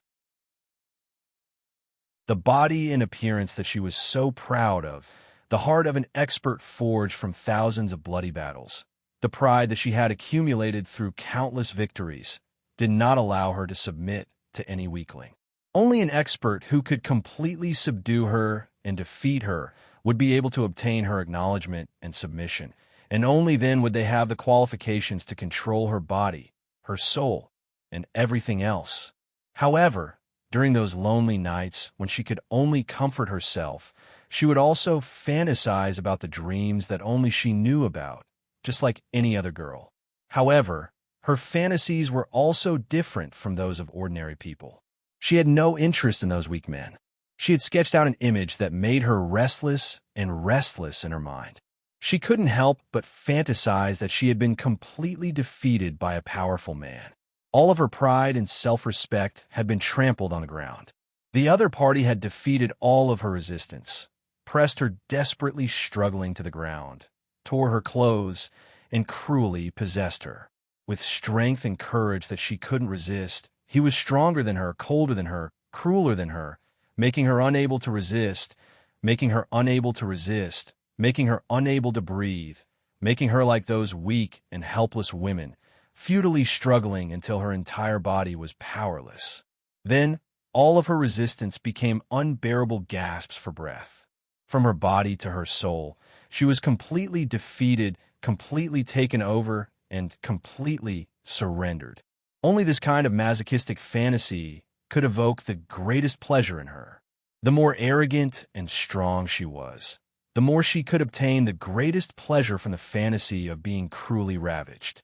Now, all of her resistance had become futile. She could only watch helplessly as her cold opponent continuously bombarded her armor. She could not help but think, if he could shatter the blazing angel and capture me alive, how would he treat me? This kind of thought, coupled with the pleasure that kept surging out of her body, coupled with the feeling of defeat from being completely defeated by her opponent's overwhelming strength, caused Courier's eyes to gradually become blurred. She stared blankly at Sun Lang. For the first time, she felt the power of fear and felt the thoughts of the weak. She could no longer grasp the future. She did not know what would happen after she was captured. She did not even have the strength to commit suicide. She could no longer control her own fate. Was this the feeling of the weak? Was this the feeling of being dominated? Was this the feeling of being defeated and conquered? This man, it was as if he was the last straw that broke the camel's back. After the last punch, Courier's blurred eyes suddenly widened. She forcefully raised her slender neck, tensed her limbs, and clenched her teeth. Suddenly, she let out a scream that almost shattered her soul. Her entire body trembled nonstop. She stared fixedly at Sun Lang. The strong mental impact caused her to let out an unprecedented sound of joy. Her brain could no longer bear the burden. Her eyes rolled back, and she fainted. Sun Lang's face had been firmly imprinted in her mind, leaving an indelible shadow in her heart. At the same time, The death messenger blazing angel armor that had been stubbornly resisting also let out a mechanical sound of surrender. Amidst the mechanical sound of metal colliding, the armor opened layer by layer like petals, revealing the coveted spoils of war. That beautiful and enchanting body, that beautiful face, and a strange fragrance that made one's blood boil, that appearance that was at the mercy of anyone could almost turn any man into a wild beast that had lost control. However, Sun Lang, who was worse than a beast, clearly had self-control that surpassed that of humans. He maintained the demeanor of an expert and nodded at the unconscious courier with the posture of a victor to show his approval. Li Hua, you did your best. Then, he looked around and saw that there was no one around. Then, he cast his gaze on the other party's full chest. At this moment, it was rising and falling with her breathing. The peaks were like gathering, and the waves were like angry waves. Sun Lang nodded and said, "It's time to search and see if she's carrying any weapons of mass destruction." However, he had only taken a step when he saw a flash of a figure. Someone had directly flipped over the wall behind him. Zhang Yinluo covered his nose. The familiar smell of herring filled the surroundings. He saw Sun Lang standing in front of a blazing angel, his hands in the starting position of dragon claw. He did not know what he wanted to do. Looking at all of this, Zhang Yinluo shouted, "What have you done?" Sun Lang pointed at the blazing angel that had already crashed, gave a thumbs up, and smiled proudly. "Shame on the enemy. I'll take off her clothes." Chapter 425. Zhang Yinluo shuddered when she heard the explosion of the explosive grenade. She was all too familiar with that sound. Her first reaction was, that bastard Sun Lang actually snuck into my house and took out my stash of firearms. Her second reaction was, did he hit my father? But soon, she smelled a familiar scent when she came outside. It was the effect of canned herring being sold on a large scale. Although she did not want to recall why she was so familiar with that scent, then she heard Sun Lang's angry roar and realized that it might not be Sun Lang's doing. If the Inferno Order's Inferno Roar grenade wasn't thrown out by Sun Lang, then there was no need to think about who else possessed such a highly lethal tactical weapon. As Sun Lang had said, that woman had delivered herself to his doorstep. She had wanted to go out and take a look, but remembered that Courier's target was probably the Lone Walker and Long Wanda.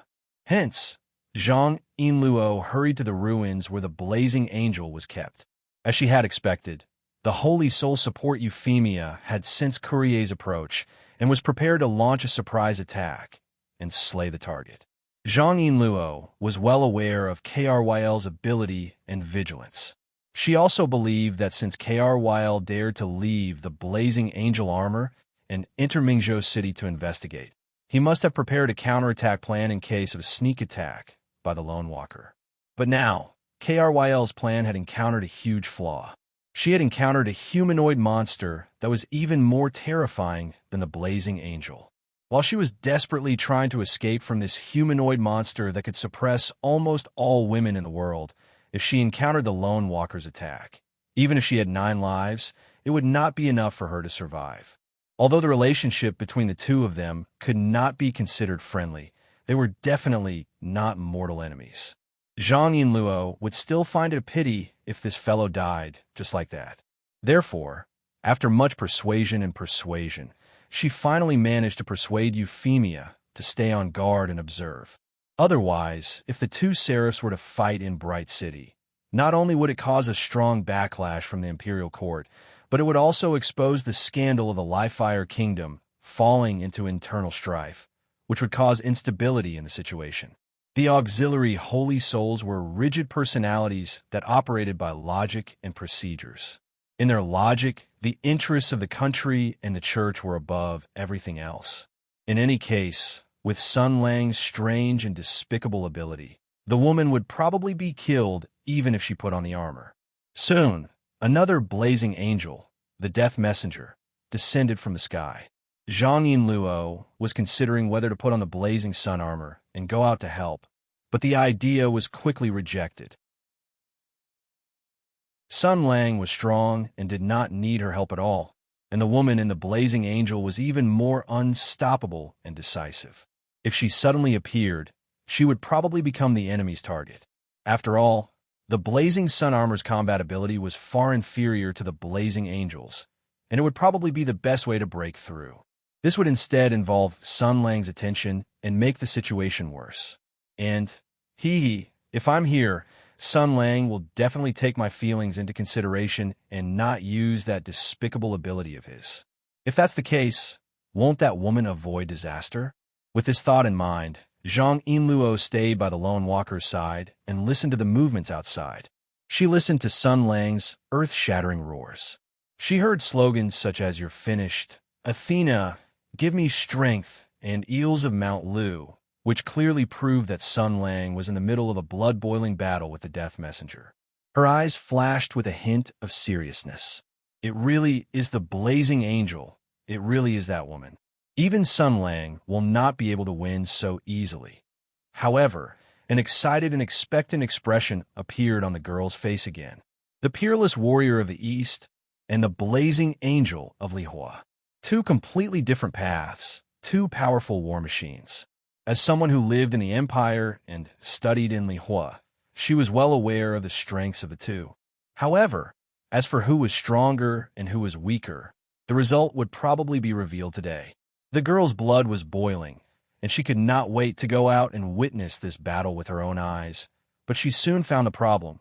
She did not hear a single gunshot or explosion, only heard Sun Lang's long, continuous, but still full of energy shouting, "Aura, aura, aura, aura." And from the beginning to the end, the Death Messenger did not seem to have used any firearms at this time. She heard Awfully's exclamation. Logically speaking, the Holy Soul's tone was also full of surprise. The Death Messenger is completely suppressed. Completely suppressed. Translator. Atlas Studios editor. Atlas Studios, hearing Awfully's judgment and the "Ola, Ola, Ola" sound, Zhang Yinluo jumped in fright and hurried to the source of the sound. She had just climbed over a wall when she heard Sun Lang's clear and indifferent voice. It was as though he was an immortal looking down on the world from the heavens. "Little girl from distant fire, you did your best."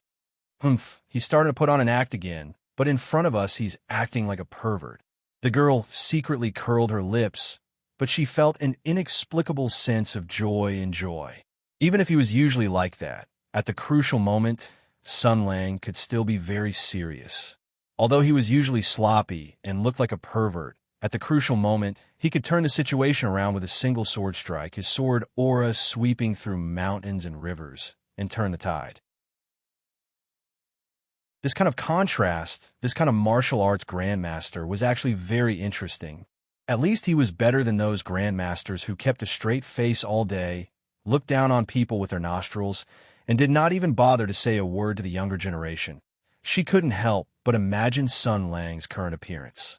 He floated in the air, his sleeves fluttering in the wind, and a huge and beautiful blazing angel collapsed at his feet. That terrifying firepower and powerful strength no longer had any meaning. Defeating the blazing angel, the most powerful combat weapon in the combat system, should have been an honor that would shock the world, but to him, this was just an ending that had been decided long ago. He wouldn't feel happy or excited about this, but perhaps because of this, he would recall the past. Perhaps he would sigh, perhaps reminisce about the past. But all these lonely and sad expressions would disappear the moment he saw her. This man with a glorious past would look at her with a lazy and slightly perverted smile and say, "Yinluo." With such a beautiful fantasy, Zhang Yinluo couldn't wait to appear in front of Sun Lang. Then she saw Sun Lang, who easily defeated the blazing angel and had a glorious past, assumed the starting position of Dragon Claw, and approached the unconscious big boobs with a subtle smile on his face. She seemed to hear the sound of her maiden heart shattering. The difference between reality and fantasy is too great. Because of the extreme contrast and extreme shock, Zhang Yinluo shouted loudly, "What the hell did you do? What happened to the fierce battle? What happened to the peak battle? Why did she become like this when she was wearing the blazing angel equipment?" What was even more infuriating was that Sun Lang said the worst line with a pure face.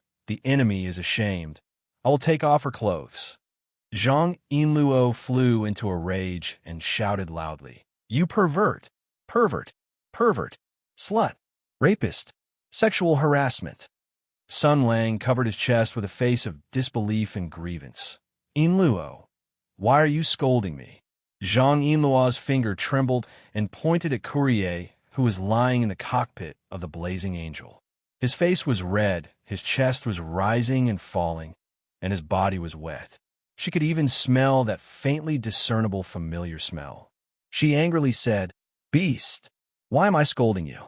You made her like this, and it could be explained by you not being able to control that power, but why are you taking off her clothes? What's the difference between you and a pervert?" Sun Lang said angrily, "Yinluo, you can humiliate me, but you can't humiliate this sacred battle cry." Huh. Zhang Yinluo thought that he heard wrong. What does this have to do with war? Sun Lang snorted coldly. "The so-called the enemy is ashamed. I will take off her clothes. Do you think it's some obscene pervert's behavior? No, it's not at all. This is a battle cry.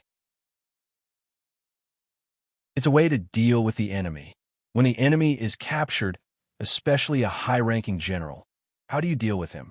If he refuses to surrender, there's no point in killing him. So you have to take off his clothes and release him. Make him lose face. Make the enemy soldiers look at him and lose face. So he will suffer a great blow, be ashamed, and even lose his prestige because the soldiers will look down on him and refuse to listen to his orders. In this case, releasing him is more useful than killing him. When this kind of thing becomes a tradition, then the enemy is ashamed. I will take off her clothes will become the most popular slogan of the soldiers. It will make the enemy fear. It will make the enemy lose the will to resist and make them choose to surrender. Because if they don't surrender, there will be even more terrible things waiting for them. Sun Lang said firmly. So, what I'm carrying out is a battle ritual. It's a way to deal with captives. It's the best way to dispel the enemy's will to resist. Zhang Yinluo looked at him with a sneer. "You're making it up. Keep making it up. It's really hard on you to make up such a serious excuse." Sun Lang said angrily, "I'm not making it up. I learned it from a book. It's a method that works every time." Zhang Yinluo said coldly, "What book?" Sun Lang said proudly, "The Three Kingdoms. The Dream of the Three Kingdoms. Have you heard of it? It's written in the book. It's useful." Looking at this stubborn guy, Zhang Yinluo couldn't help but sigh. After this messy exchange, her sudden anger slowly dissipated. She was afraid that most of the anger just now was directed at Courier. Then she felt a little strange. Before they met, she remembered the conflict and unhappiness with that woman in the Lihua Kingdom. She gritted her teeth and hoped that Sun Lang could teach that woman a lesson. Now that she saw that woman had been fully taught a lesson, she felt inexplicably angry. This was really a little unreasonable. She tidied up her strange mood and looked at the unconscious Courier. What should we do with her? Sun Lang waved his arms. Secret investigator. Night of lust. Girl, molestation plan. Pure. Before he finished speaking, he obediently shut his mouth under Yinluo's cold gaze. She looked at the unconscious Courier with a headache and sighed. "Let's clean up this woman first and give her a bath." Sun Lang touched his chin and instantly entered serious mode. Although capturing the Death Messenger is our goal, it's too easy to achieve, so much so that it feels a little unreal now. The current plan is to find a way to find out what happened in the Lihua Kingdom and why the Blazing Angels had internal strife. However, the auxiliary Saint Soul is restricted by the logic module and probably won't reveal any information. If we want to know the inside story, we can only start from the two pilots. Now that Long Wanda is unconscious, I'm afraid we can only find a breakthrough from this woman. In summary, he looked at Zhang Yinluo and revealed a pure and righteous expression. "Do you need help?" Zhang Yinluo opened his red lips and said coldly, "Get lost." Sun Lang yawned and shrugged. "Whatever. If Yinluo doesn't like me touching other women, then I won't touch her. However, with the willpower of the Lihua Kingdom's flaming guards, I'm afraid we won't be able to get any secrets from this woman through conventional interrogation methods. Also, with Yinluo's heart, I don't think he can bear to torture her. Zhang, Yinluo looked at him. What are you trying to say? Sun Lang whistled as if nothing had happened. Nothing. Anyway, whatever happens in the Lihua Kingdom has nothing to do with me. I also don't care why the Blazing Angels had internal strife. I also don't care whether the Blazing Angels will split, whether the Divine King's family will be under house arrest, whether the Blazing Theocracy will have civil war, or how many people die in St. Yuri Castle will have nothing to do with me. Zhang, Yinluo, gritted his teeth and looked at the unconscious courier. After hesitating for a moment, he said, "Let's wait until this woman wakes up." Then, she carried Courier out with both hands. Touching the woman's shockingly supple skin, feeling the soft heat and the smell coming from her body, she blushed and glared at Sun Lang. What should we do with the death messenger? It's not Euphemia. As soon as its saint's soul returns to normal, it will probably start causing trouble. Sun Lang waved his hand. That's easy. Dig a big hole and bury it in the ground. Let Euphemia watch over it. If it dares to move, shoot in the head. Let's see how it will struggle. Yinluo nodded and carried Courier away like a lesbian bandit. Sun Lang watched from behind and shouted, "Yinluo, be careful. She'll attack you when she wakes up. If you're held hostage by her, I'll laugh at you for the rest of my life." Zhang Yinluo waved her hand behind her, indicating that she got it. Sun Lang saw that Yinluo had gone far and disappeared behind a moon gate. His expression slowly became thought-provoking. I thought that there were two different things. He slowly took out a few documents from his pocket and shook them in his hands. These were the things he had found on Courier's body. They were a few letters. "Oh, look what I found," he said slowly. "General Qi." Chapter 4:26. Sun Lang looked at the letters in his hand and smiled meaningfully. Actually, Yinluo had misunderstood him just now. His pose was not the starting pose of the dragon claw, nor was he trying to grab something big and round. That technique was actually the legendary Flying Dragon Cloud Searching Hand. The so-called Flying Dragon's Cloud Searching Hand was an extremely humanistic living harvesting technique. Not only could it steal all sorts of items from living humans, it could even steal items from living magical beasts without having to kill them. For example, one could obtain poisonous snake eggs from poisonous snakes and honey from bees. This kind of convenient harvesting technique that didn't require the killing of living creatures was much better than those hunters who went out all day to kill dragons and destroy the ecology of the environment. The scariest thing was that one could even steal a saraira from the abbot of a temple. Usually, even if there were sarairas burned by former monks in the temple, they would not be carried around. So, let's not talk about this terrifying matter. Sun Lang had also used this long-lost divine skill to obtain an important storyline item from the big-breasted hairy girl. He clearly could have chosen to kill her and obtain a large amount of experience points and legendary equipment and quest items, but he endured the pain of being in contact with a woman and carefully and painstakingly found these items, all for the sake of saving her life. He could be considered a hero who radiated the glory of humanitarianism. He casually flipped through the documents in his hand and shrugged. Just as he had expected, there were no important intelligence documents. As a dignifiedly fireguard, hunting down another blazing angel, no matter what the purpose or motive was, it must be a top secret among top secrets. The mastermind would never leave such a secret on paper, and Creel would also not be stupid enough to carry such a document with him. This was also a matter of course. One of the documents in his hand was about the identity of this Russian girl, Courier. It was written in the languages of Flaming Divine Power and Hutu. The Bishop's Conference of the Divine Power of Flaming Divine Power proved the legitimacy and sanctity of his identity. According to the diplomatic regulations established during the War of Tianyuan, they requested the governments of Hutu to provide the necessary assistance and protection. This was very normal. After all, in the past few decades, the entire world had been advancing in the flames of war. In this world where blood and fire were the main themes, the strong would always be respected and treated well. as the driver of the Blazing Angel and the strongest knight in the Blazing Angel battle formation. Even in other countries, Yin Wei would be treated with respect that befitted his status. Speaking of which, Sun Lang had also received a victory medal from the Divine Power of Flaming Divine Power. This medal was specially awarded to the generals of the Flaming Divine Power who had successfully completed one or several large-scale battles in which the frontline armies had participated in.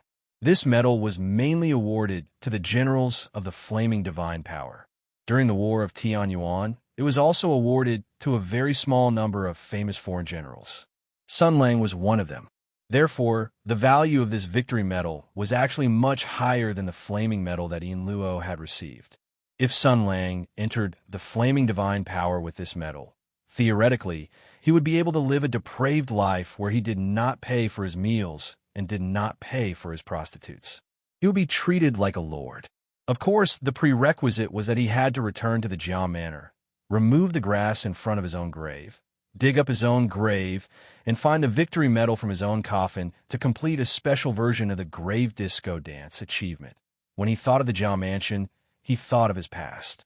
When he thought of his past, he thought of Instructor Lin and Shui Guixiong. When he thought of the two of them, he thought of his romantic debt. When he thought of his romantic debt, he thought of Azura. When he thought of Azura, he thought of the end of blood.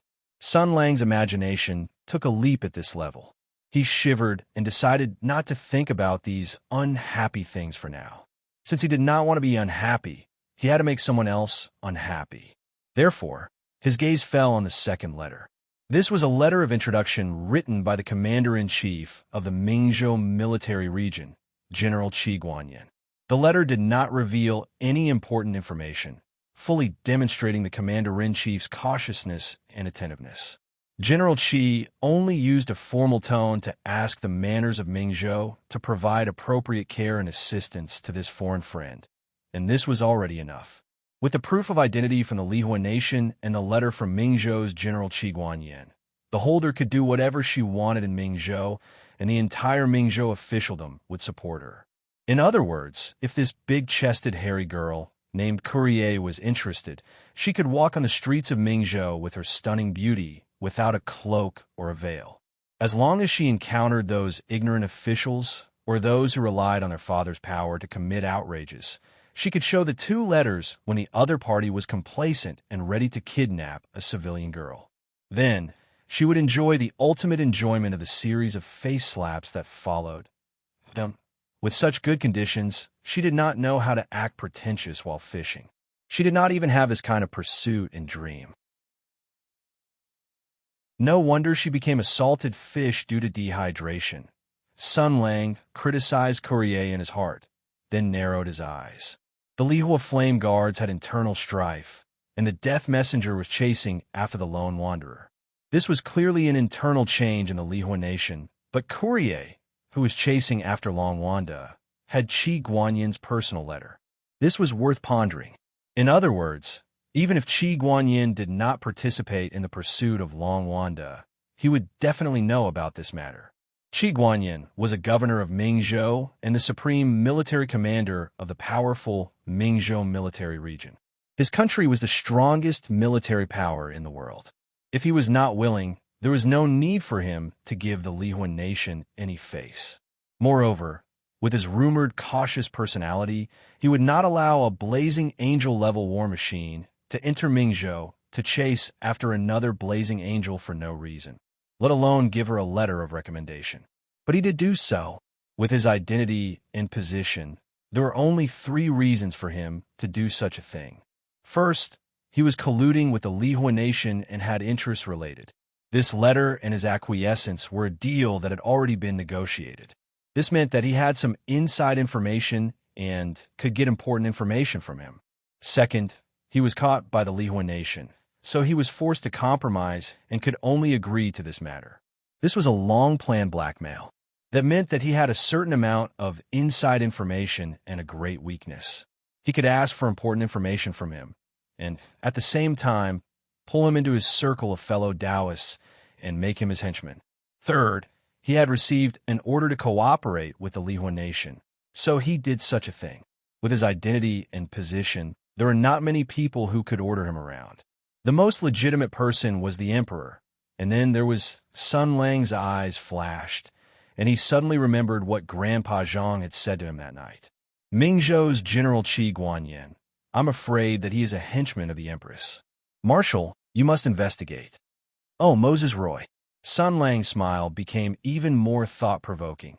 If it was the third possibility, then that woman's hand had already stretched so far. She had even colluded with the Russians. Ah, that's why, General Qi, no matter what, we have to meet each other. This is really fate off fate. As he was thinking, Sun Lang heard the sound of footsteps. Without thinking, he hid the letter in his pocket. Soon, Hu Shouxin came over with a serious expression. Looking at the gigantic humanoid weapon lying on the ground, he sucked in a cold breath. It really is a blazing angel. To think that he would deliver himself to me. He looked at the cockpit and saw that there was no one, only a lot of subtle water stains. Old Hu looked at Sun Lang with horror. She was evaporated by you. Sun Lang smiled proudly. In Luo, my girl, take that woman away. Wash her clean. Wait for me. Go back and sleep at night. You're a henpecked husband. You definitely don't understand. He didn't tell Hu Shouxin about Qi Guanyin's recommendation letter. After all, Old Hu had a lot of opinions about this General Qi. If he knew about this, wouldn't it be terrible? Also, temporarily hiding this matter from Yin Luo was also for a similar reason. The Zhang family had a deal with Qi Guanyin, and Qi Guanyin was entangled with the Li-Fire Kingdom. The Zhang family also had a deep relationship with the Li-Fire Kingdom. This matter was a mess. If the Zhang family was also involved, how would Yin Luo deal with it? At least, he had to clarify this matter first. Old Hu naturally snorted at Sun Lang's words. Nonsense, you definitely wanted to take advantage of her, but in the end, Miss Zhang intercepted you, right? Sun Lang was too lazy to explain anything to this sorrowful henpecked husband. He dragged the Death Messenger's arm and dragged this heavy combat equipment back to the Marquis's manor. Although the Death Messenger didn't have the chance to fire a shot or a cannon, the loud explosion of the grenade and the scene of the blazing angel descending from the sky probably couldn't be concealed, but it didn't matter. In any case, the Marquis of Jing'an's manor had already been pushed to the heart of the struggle. Even the black armored troops had been killed, so what was the point of caring about these things? Hu Shouxin gave him a hand, and the two of them transported the blazing angel together. Hu Shouxin turned his head to look at that sinister and dazzling armor, saying, I heard that this blazing angel is good at surprise attacks, close combat, and entanglement, so it could easily defeat the lone wanderer. Who knew that it would run into you? This time, those cardinals had nothing to say. Even if it's a blazing angel that's good at close combat, it's still a machine operated by a human. Borrowing the power of external objects, no matter how strong it is, it can't defeat a top-notch martial artist. The continuous dispute has finally come to an end. Humans can completely rely on their own strength to stand proudly above the earth, although the method you use to win is definitely very dishonorable. Sun Lang smiled. I don't have the bearing of a great grandmaster or the pride of a martial artist. To me, battle is a dry and uninteresting matter. Either quickly resolve it, or resolve it more meaningfully.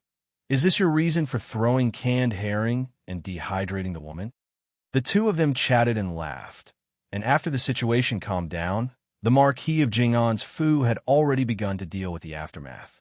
The servants who used wet towels to wrap their noses and mouths set up water hoses and began to splash water in the air and on the ground.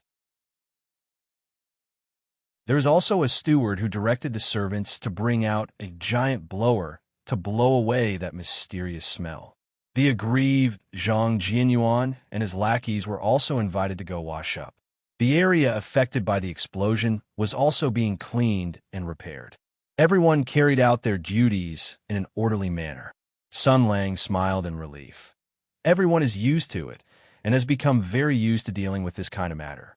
This is really great. Hu Shouxin ridiculed. Don't you see that under everyone's appearance of being used to it, there's a deep sense of fatigue and helplessness? Who exactly caused this kind of thing? Who taught them to be so proficient? Sun Lang gave a thumbs up. I am training them. Sooner or later, they will have thick nerves that have been tempered thousands of times, and in this great journey, they will become more and more confident and will have a greater sense of belonging to the marquis of Jing'an's Fu. In the end, they will become high-level talents who will remain calm in the face of change and become the core strength of the marquis of Jing'an's Fu. Hu Shouxin sighed. I don't care about you anymore. Now that the pilot has been caught and the blazing angel is in our hands, then what? Prepare to start extorting the kingdom of Lihua? Sun Lang waved his hand. No rush, no rush. Right now, we still haven't figured out what happened.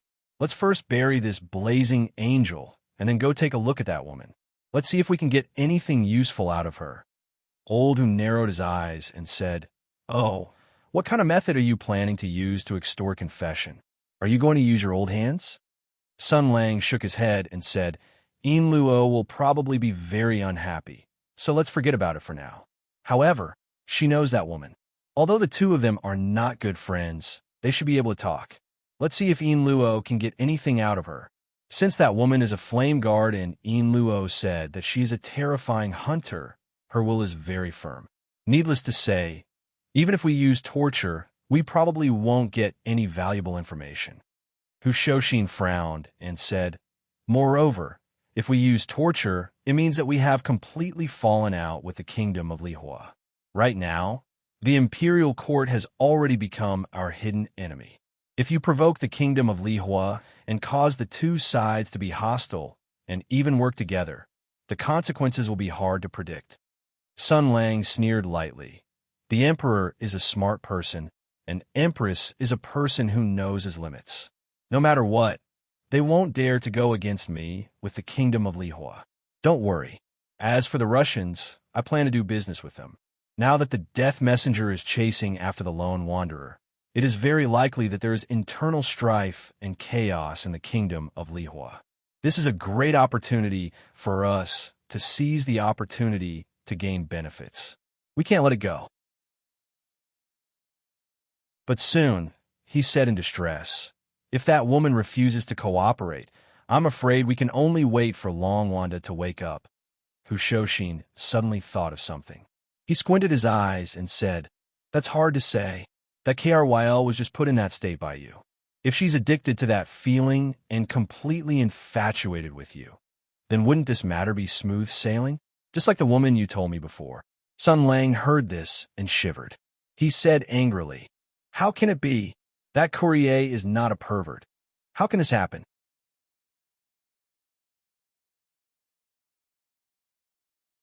Chapter 427. When the entire Marquis Jing and Fu was busy dealing with the blazing angel's attack, Zhang Yinluo walked against the crowd, expressionlessly walking towards her new room. The people of the Marquis Fu passing by only saw eldest young Miss Zhang boldly carrying a blonde woman as she walked over. Her gait was like a dragon or a tiger, her eyes like a hawk or a wolf, as if she was a mountain king who had just obtained his wife. They were extremely shocked and quickly retreated to the side, lowering their heads in greeting. Out of the corner of their eyes, they could only see the blonde hair of the woman being carried by young Miss Zhang, reflecting a dazzling light under the sunlight. Although they couldn't see her face, that alluring figure, that bewildering scent, inexplicably emitted a kind of perverted aura, making everyone's hearts involuntarily beat wildly. They didn't know why. It was clearly two women, but this scene still gave people a very sensual feeling. Here, they had to praise eldest young Miss Zhao's temperament. This Marquis Jing and Fu's eldest young miss loved Sun Lang to the point that she couldn't extricate herself, and Zhang Yinluo was undoubtedly her greatest enemy. And normally, young Miss Zhao would also coldly oppose Yinluo, seizing the opportunity to fight back. Logically speaking, this Marquis Jing and Fu's eldest young miss saw Zhang Yinluo as her fated rival and enemy. So the servants of Marquis Jing and Fu should also share eldest young Mrs. burdens. Not mentioning anything else, they should trip her up, not give her a good face, be indifferent to her, and let her feel the enmity from Marquis Jing and Fu, making her retreat in the face of difficulties, and so on, but young Miss Zhao didn't. All the servants in the Fu had been sternly instructed by her to maintain the greatest courtesy and respect towards young Miss Zhang. Those who were disrespectful would receive 50 strokes of the cane for light punishment and be chased out of the Fu for heavy punishment. After she finished instructing, she went to fight with Zhang Yinluo. She wanted to let this big milk cow, who only knew how to sell meat, know what was big. Home, boudoir, show. She really was a smart little girl. Zhang Yinluo carried Courier all the way back to the new courtyard that the Marquis mansion had arranged for her. The place where she lived before had been smashed by a transformer that had fallen from the sky. She asked the maidservant in charge of serving her to bring hot water and towels, and then drove all the irrelevant people out. The girl looked around, wanting to do something to prevent that shameless guy, Sun Lang, from peeping. But in the end, she gave up. Anyway, if this guy wanted to see, it was useless to guard against him. Then, with a red face, she began to clean him up. First, she took out all the firearms, cold weapons, and special equipment that he had hidden on him. Then she took off his clothes. After stripping the Russian girl naked and wiping her body, the sweat on her skin and some kind of sticky liquid on her thighs and lower abdomen still emitted a mysterious smell after drying. Zhang Yinluo, who knew what it was, cursed Zhang Yinluo for being shameless. His anger towards Sun Lang also grew. Although I was counting on you to teach her a lesson, was there a need to be so thorough? You must be enjoying it too, you rascal. Pervert, potential criminal. She cursed in her heart, and her face turned red. Although she was also a girl, there were times when beauty was not differentiated by gender. Courier's body was like a piece of pure white nephrite. Originally, the skin of the Slavic race was very white. She had lived in a world of ice and snow since she was young, so her skin was so white that it was almost crystal clear. This body looked very holy, but some parts of it were very hot. Those towering peaks, those knife-like plains, those perfectly round hills. And even though Yinluo was a girl, she was shocked by this soul-stirring beauty and enchanting. Her heartbeat gradually accelerated, and she took a few deep breaths. She became more and more angry. If Sun Lang saw her like this, he might even drool. Inexplicably, the more she thought about it, the angrier she became. After wiping Courier's body dry, she threw the towel back into the basin of hot water, intending to take it out and change the girl into clean clothes. Then, the moment she turned around, Courier, who was on the bed, suddenly opened her eyes. Those blue eyes that were like the sky had no trace of emotion, only vigilance and indifference. She was aware of her current state and saw Zhang Yinluo's back. Her eyes were suddenly filled with the hunting instinct of a beast. If one's back was facing a beast, it would awaken the hunting instinct engraved in the other party's genes. Even if it was a tamed beast, it would still follow the bestial nature in its heart and show its claws and teeth. But before her powerful fingers could strangle Courier's throat, Zhang Yinluo, whose back was facing Courier, moved. She held the basin of water with one hand, as if she had eyes on the back of her head. Her other hand rotated the 5 fingers and easily deflected Courier's attack like a pipa. Then, she pushed Courier down on the bed. Then, the girl turned around and smiled. Even if you were unconscious, I still maintained the greatest vigilance. What's wrong, Courier? You claim to be the best hunter, but you actually forgot how to judge the situation and chose to make a stupid sneak attack at this time? Courier fell on the bed with her back facing the sky. Waves of water splashed on her chest, but she did not care about her naked body. Instead, she narrowed her eyes and looked at Zhang Yinluo. Her tone was surprised but cold. It's you? Zhang Yinluo put the basin of water aside and reached out to pull Courier. The woman pushed her hand aside vigilantly and looked at her with an unfriendly face. Don't touch me. Why are you here? Are you involved in this matter too? Ijiro. Zhang Yinluo was startled. Involved in what? Courier was staring at Zhang Yinluo's expression. She was also startled when she heard Ijiro's words. Then, she said slowly, with your intelligence, you can't fool my eyes even if you lie. Is it a coincidence? What kind of unfortunate fate did I have to meet you here? Who would have thought that The nervousness from just waking up dissipated. Courier finally remembered what had just happened. She only felt waves of weakness coming from her body, as if she had continuously massaged her thighs more than 20 times. That kind of satisfied and tired feeling filled her body and soul, making her feel refreshed and sleepy. Then, she remembered what had happened before. The reason why she felt so refreshed was because she had decided to enter Mingzhou to investigate. She had encountered a hateful incident at Embroidery Hall.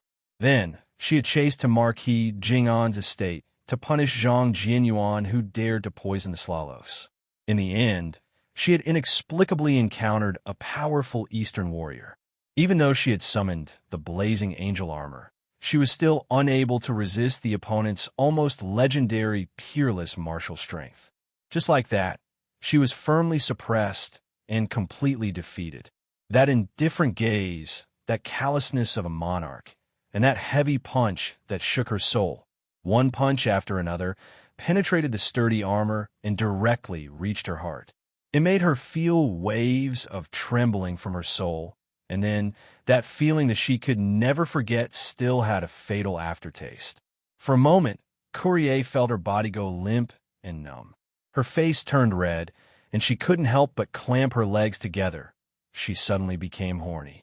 When Zhang Yinluo saw this scene that was not suitable for children, his face first turned red. Then he immediately thought of something and said through gritted teeth, "Sun Lang. That guy, Sun Lang." Courier's eyes lit up. "Is that the name of the warrior who defeated me?"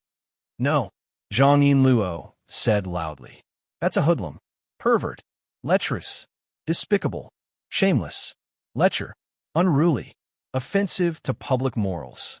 Creel looked at Zhang Yinluo with a meaningful gaze, then stretched his back and flung his golden hair that was as brilliant as a waterfall. He generously exposed his enchanting body and lazily said, "Then what's the next program?" Zhang Yinluo looked at her shameless appearance and didn't know why he was angry. He said sarcastically, "Don't forget your identity. You are a captive. Have some self-awareness as a prey. You were once a powerful hunter." Courier smiled and said, "After I woke up, my hands and feet were not shackled. I was not in a damp and cold cell. I was not hung up, and I was not surrounded by those ant-like mediocre people. I did not see any men howling on my body. In other words, the person who defeated me did not intend to turn me into a slave to satisfy his lust, nor was he interested in hanging me up in public. What I need to worry about?" Zhang Yinluo sneered maliciously. "You don't need to worry about it. Humph. The person who defeated you is a big pervert that is hard to come by in 1,000 years. He is the nemesis of all women. The reason why he did not deal with you is definitely because he wants to slowly process you. Laugh, you'll cry soon." This threat to Courier was really too childish. She did not take it seriously at all. Instead, she looked at Zhang Yinluo with interest. "So you are saying that you are being processed?" Zhang Yinluo said angrily, "Nonsense. I am not." Courier looked at Zhang Yinluo's expression change, and the corners of her mouth slowly curled up into a smile that said, "Oh, Moses Roy." Zhang Yinluo felt his hair stand on end. He stared at her and said, "What are you looking at?" Courier's smile slowly widened. In the end, she laughed out loud and said, "Who would have thought that you, who was once called the Silver Devil, would actually fall in love? I thought that you could only sleep with those little girls in the Fire Phoenix battle group for the rest of your life." Zhang Yinluo was like a cat whose hair stood on end. He jumped 3 feet high and shouted, Who is in love? Don't talk nonsense. I would never do that kind of thing." Courier, however, ignored her refutation. Instead, she nodded her head in approval. "I say, when you were in the Theocracy Empire, so many men tried to court you, but you ignored them all. At that time, I thought that you were too arrogant, but now it seems that it does make sense. Those men are a bunch of weak and lowly stupid pigs. It is natural for you to look down on them. It is just that I did not expect that you, a woman, actually managed to hook up with such a unique monarch without saying a word. I did not." Zhang Yinluo refuted with all his might. Also, what do you mean by hooked up? We are good friends. Even if we are lovers, you can't use this word. We are equal. Are you stupid? Courier snorted. Equal? What kind of joke is this? There will never be any equality in this world, especially between people. Whether it is lovers or ministers, it will always be one side suppressing the other, one side relying on the other. Equality? When will you throw away this childish idea? Such a strong man, even if you rely on him, is also a happy thing. What are you still being picky about? Zhang Yinluo glared at her and said, Why should I rely on a man? You say it as if you will also rely on a man. You tomboy, don't you always say that you want to dominate everything? Mao Mei shrugged her shoulders. Who said that? My idea is that in a relationship between people, there must be one side dominating the other. Since I am stronger than the other side, why not be the one dominating? And those weak and laughable men, what qualifications do they have to dominate me? At the end of the day, the relationship between people is just an extension of nature. The strong can dominate the weak, regardless of gender. Zhang Yinluo was about to retort. You were defeated by Sun Lang. And then what? But her girl's intuition made her shiver faintly. Her heart told her that it was best not to ask this question. She immediately changed the topic and asked a question that she herself wanted to know as well. So, Creel, why did you come to Mingzhou with the death messenger? What are you here for? Courier flicked his hair and said proudly, It is a state secret. Your confidentiality authority is not enough. Even the naked eye could see this guy's perfunctory attitude. The corner of Zhang Yinluo's eyes twitched. Pay attention to your identity. You are now a captive. Courier threw her a flirtatious glance. But I am not your captive. Only my captor has the qualifications to ask me questions. If you really want to know, invite the strong person who defeated me over. I will tell you everything I know. Letting Sun Lang see you, what difference is there between that and throwing mutton into a dog's mouth? Do you really want to become a mummy that much?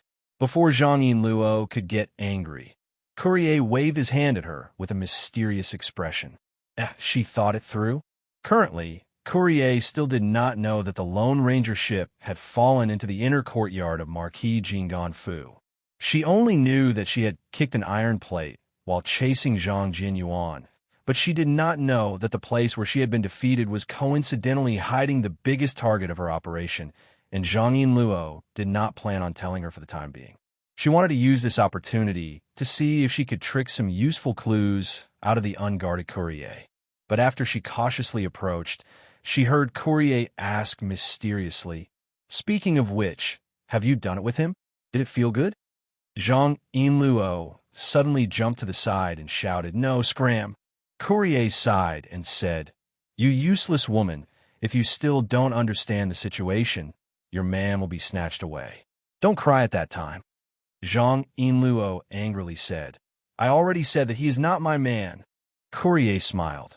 You are still so dishonest, You Eastern women are really too much. Even if you like someone, do you have to hide it in your heart? I was originally captured by that strong person. I am very confident about one thing with my appearance and body. Even women would be moved, but in the end, nothing happened. She pointed at Zhang Yinluo. You still don't understand? Silly woman.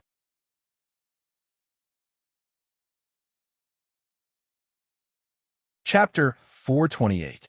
That'll do. Sun Lang threw the shovel in his hand to the side.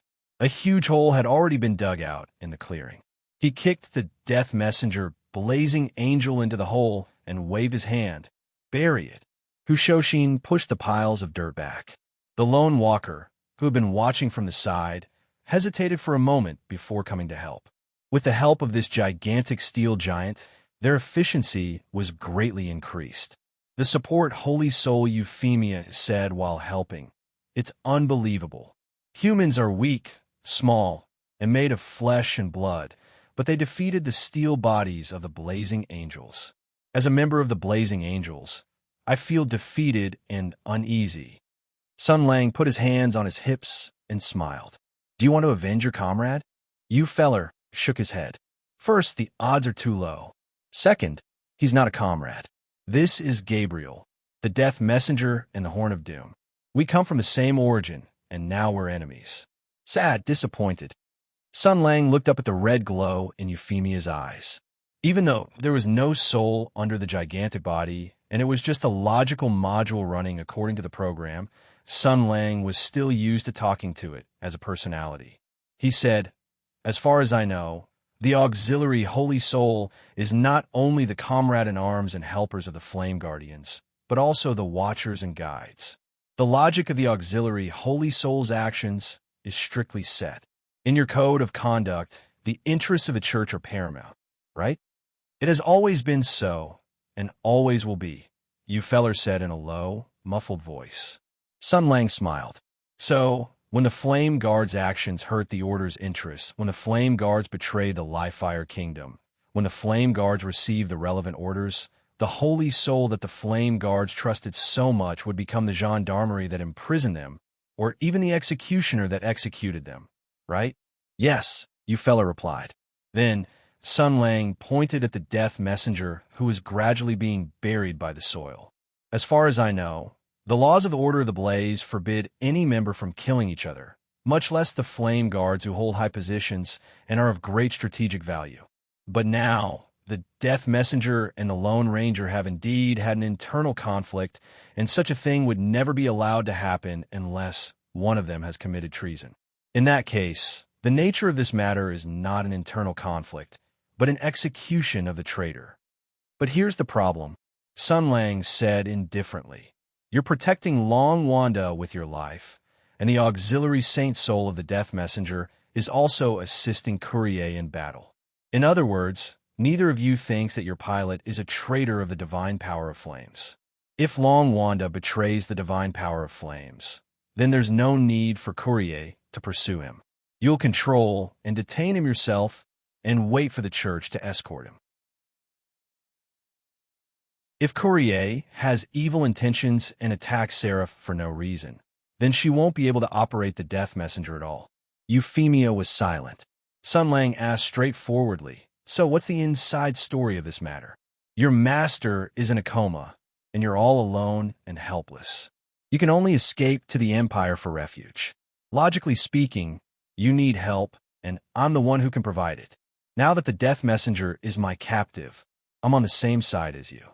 Whether it's to protect your pilot or to protect the interests of the divine power of flames, you should be honest with me. Understand?" The Lone Ranger still refused firmly.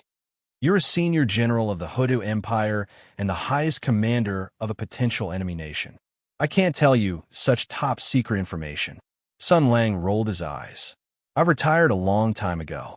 Even my name has become a forbidden word, the kind that you can't even find on Baidu. Right now, I'm thinking about establishing an anti-government force, a force that the divine power of flames should try to rope in and support. Do you know it or not?" As expected, Euphemia was still stubborn. According to the top-secret regulations, Sun Lang piled the last bit of soil in and then walked around the layer of soil. After the layer of soil was firmly pressed down, he reached out his hand to interrupt the lone walker's nonsense. He rolled his eyes and said, "All right, so much nonsense. I'll leave the Death Messenger to you. If it escapes, you know the consequences."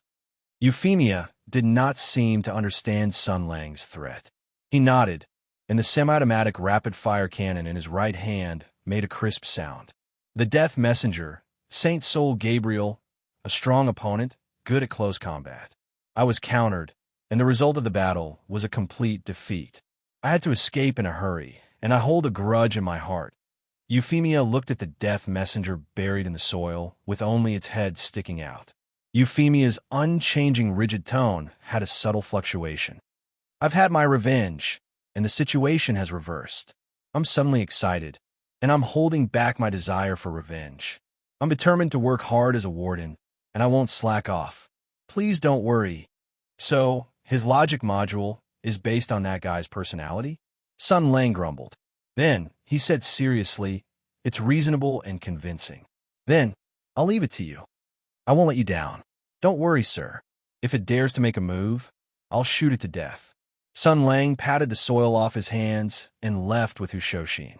After walking for a while, old Hu said in bewilderment, "This blazing angel armor is an inanimate object after all. The so-called auxiliary mechanical soul, although it can speak, is just a mechanical spirit beast. It has no intelligence, so why are you bargaining with it?" Sun Lang smiled. "You don't understand. It's because it has no real intelligence that it can only rely on logic and programs to act. That's why it's easier to fool than a normal person. Unfortunately, I haven't found the right breakthrough." Hu Shouxin was even more confused. "Let's not talk about the woman you caught for now. Long Wanda's condition is improving. He might wake up soon. If you want information, you could just ask him directly." "Because I suddenly thought of something. We have to be more proactive. We can't just wait for Long Wanda to wake up. First, we don't know when Long Wanda will wake up. Second, we don't know if Long Wanda will cooperate with us and tell us everything we want to know." Sun Lang said calmly. "It's hard to know what's in a person's heart. We haven't seen each other for a few years. It's hard to say if Long Wanda is trustworthy. Besides, this is a domestic matter after all, and it involves a lot of people. Even if he's a good friend, he might not be willing to talk about it. Some things should be investigated as much as possible. If we can get some clues from Josephine and Courier, we can also prove whether Long Wanda is lying or not." Hu Shouxin frowned. He was a little dissatisfied with Sun Lang's skepticism, but with Qin Hui's example in front of him, he could only choose to keep his mouth shut. But soon, Sun Lang turned his head and said, "Oh right, something like this happened again. You should go back and tell them you're safe. So many things have happened in the past 2 days. Your wife and daughter must be worried. Now that they're living in someone else's house and living under someone else's roof, they don't know what happened. They must be feeling very uneasy. As their husband, you shouldn't wander around outside. Go back and comfort them and let them feel at ease." Hu Shouxin was stunned for a moment, then said, "Don't worry. My family is sensible, and my daughter is sensible. I've already told them before we came out." As he spoke, he looked Sun Lang up and down. His tone was quite touched. "I just didn't expect you to be so considerate of others. I thank you on their behalf. You think too much." Sun Lang rolled his eyes. "Since you don't know what's good for you, then I'll be straightforward. Next, I'm going to do something that's not suitable for children. The tall and busted Caucasian woman is waiting for me to play with her. You're married, so go back and play with your wife and children. Don't be an eyesore in front of me." Hu Shouxin choked and sneered. "Stop dreaming. With Miss Zhang around, what else can you do? Caucasian woman. You like Caucasian women so much. When we were in the war, I didn't see you do anything to Dr. Angela." He patted Sun Lang on the shoulder and said earnestly, "Let me tell you, don't talk about the foreign horse. You almost turned the foreign horse into dried horse meat in such a short time. Even an ordinary woman would feel that this is a great humiliation, let alone a Li Hui Yin guard with such a high status. Perhaps the foreign horse is thinking of how to fight you to the death, and Miss Zhang is probably jealous. You swaggered over to find the foreign horse. If something happened, wouldn't it be embarrassing? Let me go with you. At least I can take care of you." Sun Lang squinted. "After saying so much, you just want to watch the show, right?" Hu Shouxin denied. "Am I that kind of person?" Sun Lang snorted. "Cut the crap. Are you coming or not?" Hu Shouxin's donkey temper rose. He straightened his neck. "If I'm not going, what are you going to do?" Sun Lang did not say anything. He immediately acted like Romeo and said affectionately to Juliet on the balcony, "Ah, my wife is about to give birth. F***CK." Hu Shouxin left a few harsh words and ran away. Sun Lang wagged a finger at his back. Then, he didn't go to find Zhang Yinluo. Instead, he came to a side hall of the Marquis estate. Zhang Jianyuan, who had already finished washing up and changed into a set of clean clothes, was already waiting there. When a most domineering CEO of Mingzhou City saw Sun Lang, it was as if he had seen a gang member. He greeted him with an aggrieved expression and wanted a hug and comfort him. "Master," Sun Lang took a step back subtly. "Stop. You could just say it there. Distance makes the heart grow fonder." Zhang Jianyuan stopped and looked at himself. Then he said pitifully, "Master, you despise me." "Silly boy, what are you talking about?" Sun Lang said gently. "Isn't that a F***king load of crap?" As a result, CEO Zhang felt the cruelty and reality of the capitalist world and shed 2 lines of manly tears. "That's enough. I'm just kidding." Sun Lang put on a pair of gloves as if nothing had happened. Then, he patted Zhang Junyuan's shoulder affectionately and threw the gloves aside as quickly as possible. "I've caught that bold female thug. I'll teach her a lesson with the big stick of capitalism. Don't worry, it's all up to you." When CEO Zhang Jianyuan saw Sun Lang's expression, he knew that his master needed him. According to his past experience, once his master needed him, he would definitely give him some guidance. He couldn't wait to be ordered around by Sun Lang all day long. Therefore, he immediately got into the mood. "Is there anything I can do for you?" "Yes." Sun Lang's words were simple and clear. "This woman seems to have come for you. Just in case, go back and investigate what's going on." "There's no need to investigate. The person who came to inform me has already told me clearly." Zhang Jianyuan said, "My master ordered me to recruit Slalos to work. Based on my master's past teachings, I figured out a recruitment method and implemented it in the entire Ming province. When a Slalos named Andre Miller Neutralite was recruiting workers, he happened to run into the female thug. The woman became interested in the embroidery hall and forced Andre to take her to the embroidery hall to have a look. When Andre was in the Livefire Kingdom, he was used to people from all walks of life. He recognized that the woman seemed to be a member of the Flame Order in the Livefire Kingdom. He sensed that the woman came with ill intentions and thought of the humanity of the embroidery hall, which regarded the Slalos as brothers. Under the condemnation of his conscience and uneasiness, he summoned his courage and reported to a small leader of the embroidery hall named Li. After listening to the story, Sun Lang's expression was a little subtle. He nodded and said, "Is it a coincidence?" "Oh, right, that Andre Miller Neutralite. Why don't we make him a model?" Zhang Jianyuan agreed. "I think so too.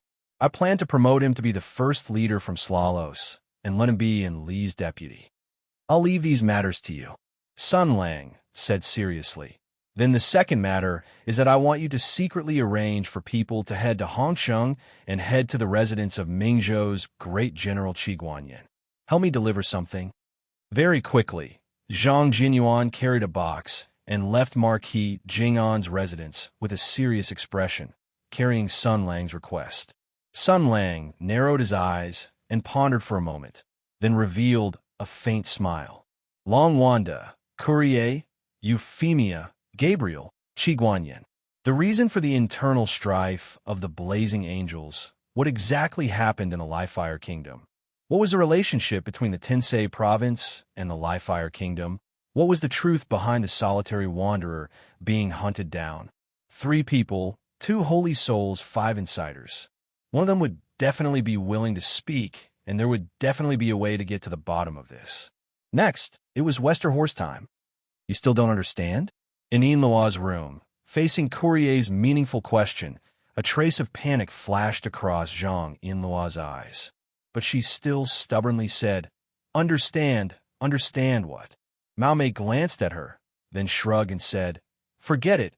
It's good that you don't want it." Zhang Yinluo's voice immediately went up an octave. "What do you want to do?" Courier was just about to speak when Sun Lang's voice came from outside. "Yinluo, why did you take so long? Have you already worn it out? Bring me along. Let's make hot dogs together, Roar." Zhang Yinluo's expression changed. She turned her head and said sternly, "Don't come in."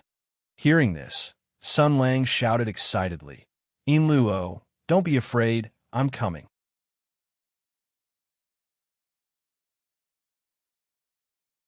Chapter 430. A Kidnapping Case. A bizarre kidnapping case. The atmosphere suddenly became quiet. A very evil empire bandit, holding a foreign hostage wrapped in a quilt. His motive was very subtle. The weapon used by the bandit was neither a gun nor a knife, but the most inhumane biochemical weapon of mass destruction, which was enough to cause irreversible damage to the body and soul of the victim. In fact, Creel already had a very bad feeling. She could smell the amazing smell of the canned herring.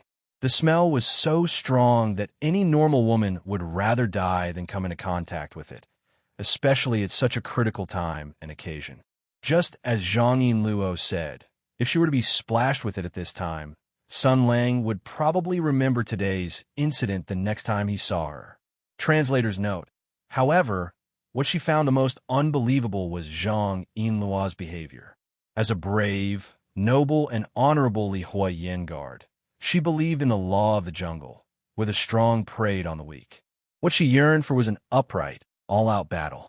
And the method that Zhang Yinluo used to get out of this situation was even more despicable than her nipples.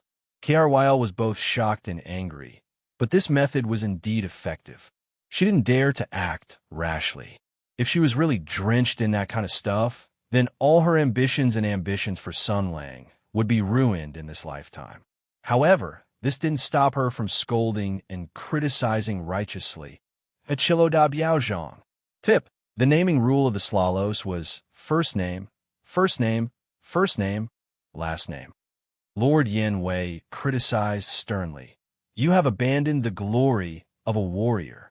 You have betrayed the teachings of the Li Hua battle group. How dare you use such a despicable method to humiliate the warriors of the church? You are a disgrace to the spirit of the fire. The Li Hua kingdom taught you how to use the power of fire to fight, and you have learned such a bad habit in less than 2 years after returning to your homeland. You have started to play with shit. Zhang Yinluo said angrily, Shut up. Who do you think I learned this from? At this time, Sun Lang also reacted and said in shock, Stop it. Canned herring can't be used as a human body. You're not at the peak of the human body. The real flourishing of the human body can bring smiles to everyone. Zhang Yinluo glared fiercely at Sun Lang. Shut up. I haven't settled the score with you yet. What else do you think about other than your breasts all day long? Sun Lang turned his head away as if nothing had happened and whispered, In your butt. How dare you talk back? Zhang Yinluo was so angry that he laughed. Is it fun to bully me with her? You only know how to bully me.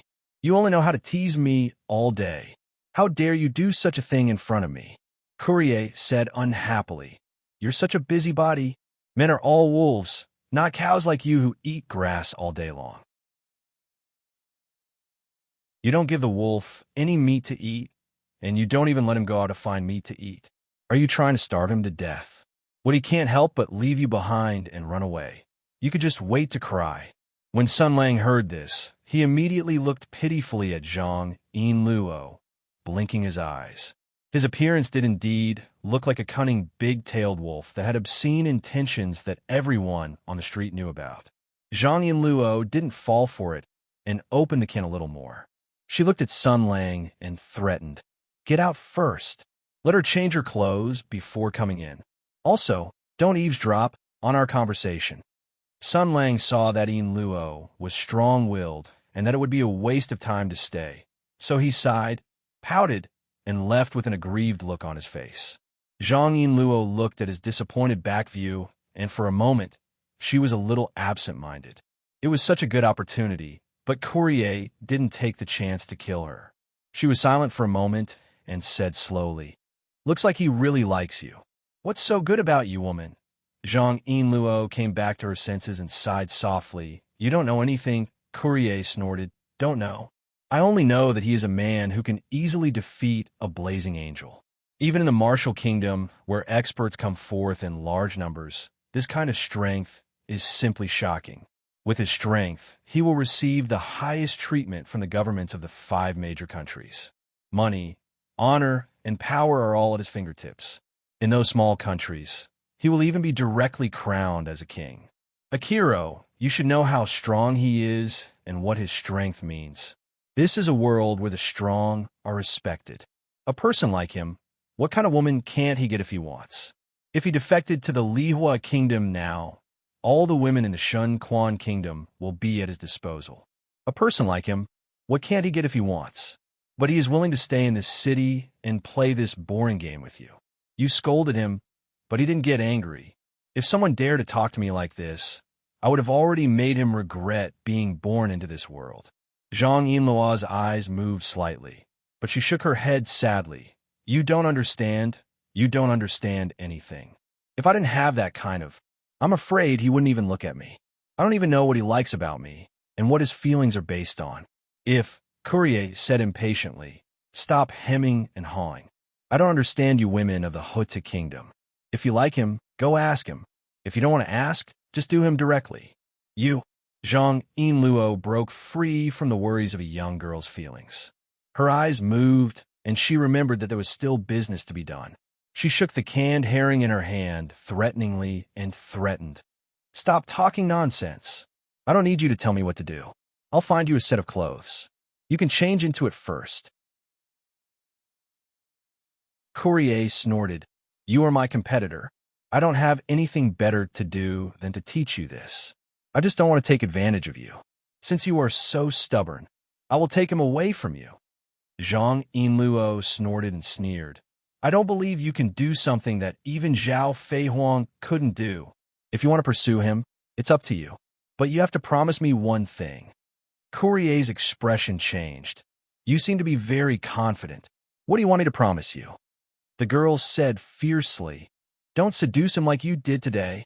Don't use those shameless methods. Don't you want a fair competition? Then use your intellect and inner charm to conquer him. Lady Yin Wei said discontentedly, you are such a busybody. My beauty and body are given by the heavens. Why can't I use them to please the person I like?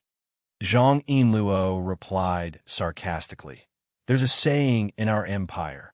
Those who use their beauty to entertain others will grow fond of their beauty.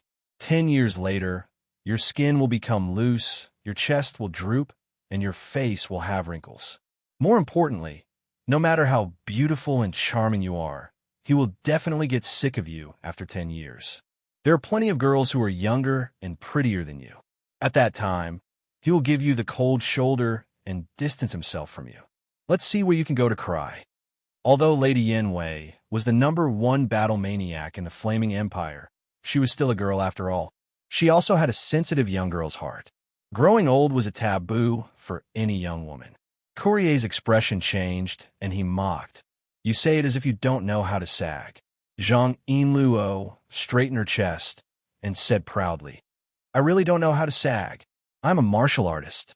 Sag is because of old age and the muscles are loose. But my Vulture Spirit Palace's cultivation method is to cultivate the heart and the body. It is easy to maintain one's youthful appearance. Every day, the inner energy will circulate and the body will be strengthened. Life will not stop flowing. When one cultivates to a high level, even an old woman will look no different from a 17-year-old girl.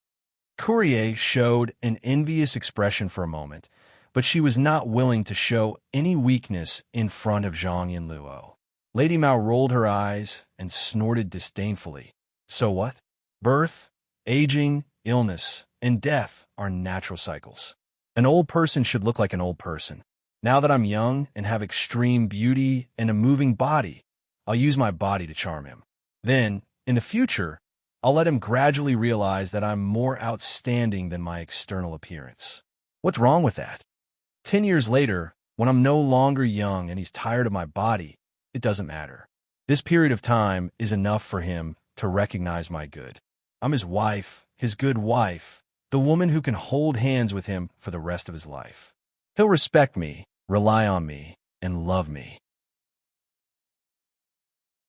It's human nature that he likes young and lively bodies. Let him pursue new beauties. A man with desire and willingness to make progress is the most charming. As for me, I could divert my energy from him and focus on teaching his son. She raised her head proudly. This is the way of life of the women in our tribe. Only the wisest and most beautiful woman has the right to serve and assist the strongest man. Zhang Yinluo's heart did not waver. Oh, but you are still not allowed to seduce him. Courier straightened her neck. I want to do this. Ms. Zhang shook the canned herring in her hand expressionlessly. Is that so? Lord Yin Wei said angrily. Blazing Angel will not compromise. Blazing Angel will not be threatened. Zhang Yinluo, if you dare to do this, then we will fight to the death. Zhang Yinluo said lightly, "Why do you want to use your body to seduce him? Do you have no confidence in your inner charm and brain? If you do this, you can't win against me." Courier asked suspiciously, "What do you mean?" Zhang Yinluo smiled. "Do you know why he likes me? I have never used my body to seduce him, nor did I let him take advantage of me. But from the beginning to the end, he still likes me. I can do what you can't do. Even if you can use your body to seduce him and take him away, compared to me, you're still a slut who can only seduce men by shaking your tits." Courier roared, "Nonsense! How can I lose to a pretentious slut like you? Easter milk cow, not only can you not win against me in terms of beauty, but also in terms of beauty and intelligence. You are far from me." Luo smiled and said, "If you have the ability, then prove it to me. You don't have to use your body to tempt him, and you don't have to rely on selling your body to tempt him. Use your inner charm, your inner qualities and wisdom, and use your intelligence and personality to pursue him openly. See if he'll be moved by you." Hyrule gnashed his teeth and said, "All right, I'll let you see my prowess. I have to make you shed tears of regret and feel regret and indignation. When the time comes, if you can sincerely beg me, maybe I will be merciful and agree to let you be his lover." Zhang Yinluo said lightly, "Then it's a promise. Remember, don't have any physical contact with him. Who knows if you will secretly do something. Every word that a woman says will condense into ice that will never melt. Once she says it, she will not take it back. Don't worry. Before I win, I won't let him lay a finger on me." Courier said with an evil smile, "But after I win, I will tie you to a chair and let you watch us make love on the bed.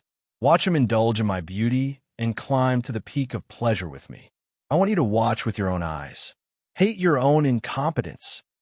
Stop talking nonsense and put on your clothes." Sun Lang waited outside for a while and finally got Zhang Yinluo's permission.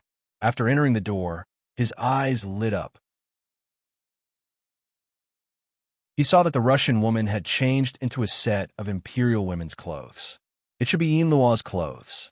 It was a light yellow dress for a lady. When worn by a tall, blonde foreign woman, it showed a different kind of charm. And the biggest highlight was that the size of the clothes was shockingly suitable for him. Zhang Yinluo's eyes pierced over coldly. "What are you looking at?" Sun Lang showed a simple smile like an old man in the countryside. He clapped his hands and said, "That's great, that's great." Courier's expression became dignified. Apart from looking at Sun Lang with eyes full of tenderness and love, she didn't do anything out of line. She was as noble and pure as a saintess. She lifted her skirt and saluted Sun Lang. "Sir Sun Lang, I'm sorry to have offended you. Now that I've received the punishment I deserve and become your prisoner, I ask for the treatment corresponding to my status." "Are you referring to the balls, anal plugs, restraining ropes, wooden horses, and vibrators?" Sun Lang showed a subtle expression, but Zhang Yinluo immediately broke his fantasy. He said indifferently, "Didn't you want to interrogate her? What are you waiting for?" Only then did Sun Lang remember what he was here for and felt a little ashamed. He casually pulled a chair and sat down. He stretched out his hand and said, "Please answer the question. First question, what are you doing in the Empire?" Courier replied, "I'm here to carry out a top-secret mission." Sun Lang's expression became gentler. "You actually didn't lie. That's really unexpected." Courier said frankly, "I grew up in the ice field. There's no morality to speak of there, only the law of the jungle. Humans are beasts, and there's no difference. I've done many things that would be regarded as crimes by civilized society. I don't think it's wrong. Only the strong can define good and evil. But there's one thing I've never lied about, because doing evil is the privilege of the strong, and lying is disrespect to oneself. Moreover," she looked at Sun Lang gently, "I want to be your wife, so I'll never lie to my future husband." This woman was noble, powerful, and beautiful. She was a stunner that almost every man dreamed of conquering, and her confession full of love was enough to make any man go crazy. However, Sun Lang was a man who regarded women as dumb. He could be considered a veteran of hundreds of battles and had seen many.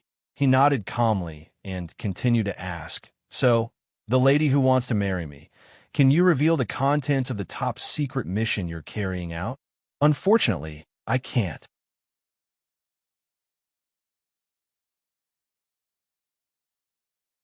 Chapter 431. What the heck? Just now, you said affectionately that I like you, that I want to marry you, that you are my future husband, and that I will never lie to you. But when I asked you a specific question, you said that you had no comment. I'm angry.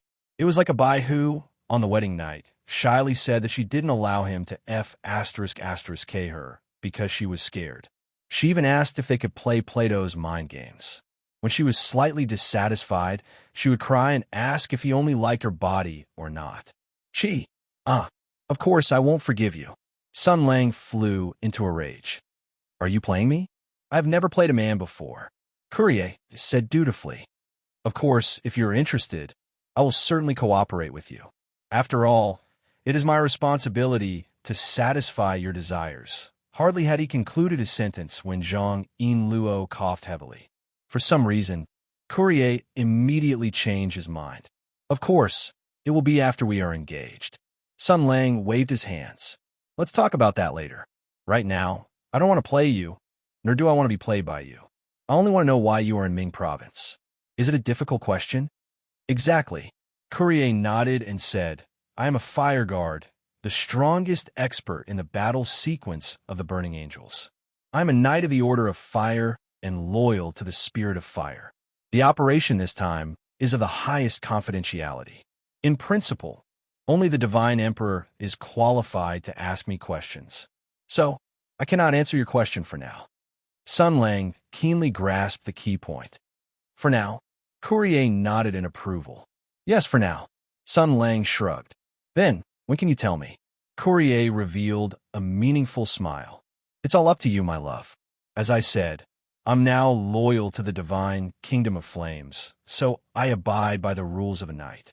I'm loyal to my country, fight for it, and keep its secrets. But she looked at Sun Lang with her eyes that were even bluer than the sky.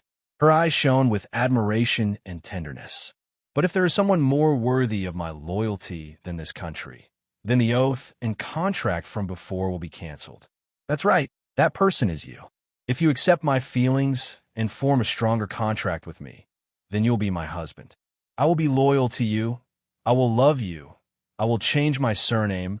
I will give birth to your bloodline. I will no longer hold back from you, and my body and mind will become one with you. Under Zhang Yinluo's enlightened gaze, she reached out her right hand and smiled gently at Sun Lang. Come, my love. Let's get engaged. Sun Lang's face showed a touched expression. He slowly said, Unfortunately, I can't. Courier was stunned for a moment. She was not angry. She curiously asked, why not? Sun Lang proudly said, This is a major event that concerns my entire life. How can I use my pure and clean body to make a deal? You still have one more thing to learn. You can't force a relationship. Zhang Yinluo was angry and amused at the same time. She knew the real reason why Sun Lang rejected her flatly. The girl could not help but secretly snort, but she could not help but reveal a smile on her face. I see. What you are pursuing is true love. When Courier heard this, she nodded her head. I understand. It's rare for you to be able to yearn for the purest love under such circumstances. I really admire you. It's presumptuous of me to suggest such an exchange. Please forgive me. When Zhang Yinluo heard this, she felt uncomfortable in her heart. She ridiculed. Hey, why are you talking nonsense? Just now you said that the so-called love is bullshit. You even said that I'm pretentious. Now isn't Sun Lang holding the same thoughts as me? Why aren't you mocking him? When Courier heard this, she turned her head back expressionlessly. She indifferently said, Because he is the strong one and you are the weak one. The strong one has the right to define good and evil. Whatever the strong one does is right. With his strength, he can wantonly abduct women for his enjoyment. But he is silently waiting for a true relationship. He can do it, but he doesn't.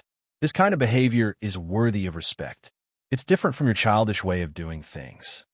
Zhang Yinluo turned his head away and snorted, twisting words and forcing logic. Sun Lang was quite pleased with these words. He nodded repeatedly. We have only known each other for a few hours, but you know me so well. Between you and me, it could be said that we hit it off. But this kind of relationship can at most have a friendly sex. If we want to develop to the stage of marriage, it's still far from that. Let's get back to the topic. I am very interested in your motive and mission. But as for marriage and whatnot, let's forget about it. How can you tell me the truth? Courier's expression was serious as she thought for a moment. Then she said, I understand your difficulties, but please don't worry, there's still a way. I like you very much and want to marry you. I want to offer my loyalty to you, whether as a wife or as a warrior. Yes, I am a woman, but also a warrior. I will decide my future according to your will. I will become a good wife and mother who will give birth to and teach the future generations for you. I can also put on the armor and go to the battlefield to become your sword and shield. All of this depends on your will. She looked at Sun Lang and smiled. If you think that it is too abrupt to make a husband and wife contract with me now, then let's start from the master-servant contract. Before becoming your wife, I can first become your knight. I can be by your side, under your command, and show you my qualifications and charm. Is that okay? Sun Lang said happily. Oh, I'm also recruiting high-tech talents now. Experts like you from the Soviet Union. Bah, I mean high-level talent from the Lihua country. I welcome you very much. That means you want to jump ship, right? No problem. The salary is not bad. There are 5 insurances and 1 housing fund. Courier also showed a sincere expression of joy. She smiled and said, but loyalty is relative. A knight is loyal to her master, and the master should also show his talents and great achievements to the knight. So, please allow me to see what I want to see before I pledge my loyalty. Sun Lang promised, no problem, no problem. I already knew this when I worked for the Divine Castle when I was a child. If I want to recruit you, I have to complete your personal mission and explore your mental journey, right? Tell me, do I want to fight monsters with you or help you kill people? Courier smiled and shook her head. No, I don't need any of them. The problem now is that I am a Yanwei of the Lihua country, and I also carry the Blazing Angel equipment. If I pledge my loyalty to you, this is completely tantamount to betrayal for the Lihua country. I will be regarded as a traitor, and I will be killed by the Shunquan country. Sun Lang waved his hand indifferently and said, no problem, let them come. We don't need one more person. The Yanwei, who was about to rebel, smiled and said, I can see the strong confidence in your eyes. This confidence is not arrogance. I can see it very clearly. But this is not enough. For a wise ruler, it was only natural for him to accept the knight who came to seek refuge and block the pursuit of the enemy country for her. What he really needs to do is to let the knight know that her choice is right. Sun Lang raised his eyebrows. Then what should I do? It's very simple. I am a Yanwei, the noblest warrior and knight of the Lihua country. I have a high status and great power. I gave up my identity as a Yanwei and chose to come to your side. You need to make me believe that compared to the rotten bishop in the Shunquan country, you are more worthy to follow. Her eyes became fanatical. She looked at Sun Lang and said firmly, Master, lead me to seize the Lihua country.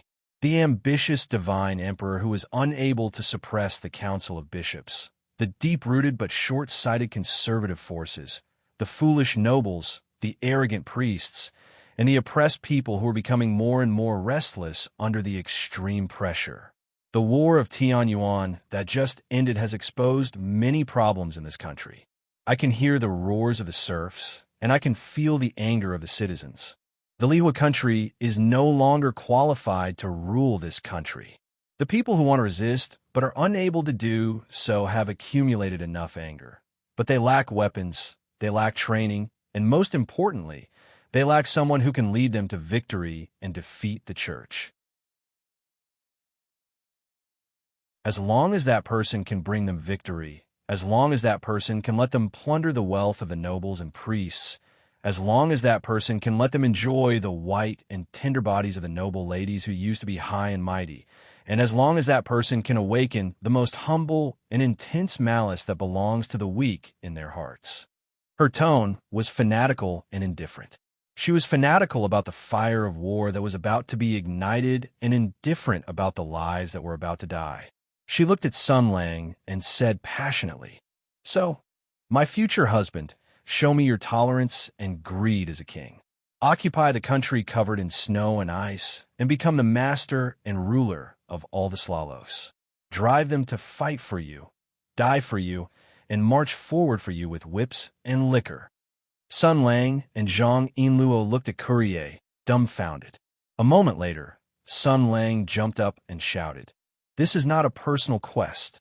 This is an epic main quest. This is an SSS-level quest, right? It's much harder than marrying you. Do you think I'm Lenin?" Courier smiled and said, "You can also marry me now." Zhang Yinluo also stood up and said sternly, "Courier, as a Lihua guard, you actually have such rebellious thoughts and want to drag your country into the endless flames of war?"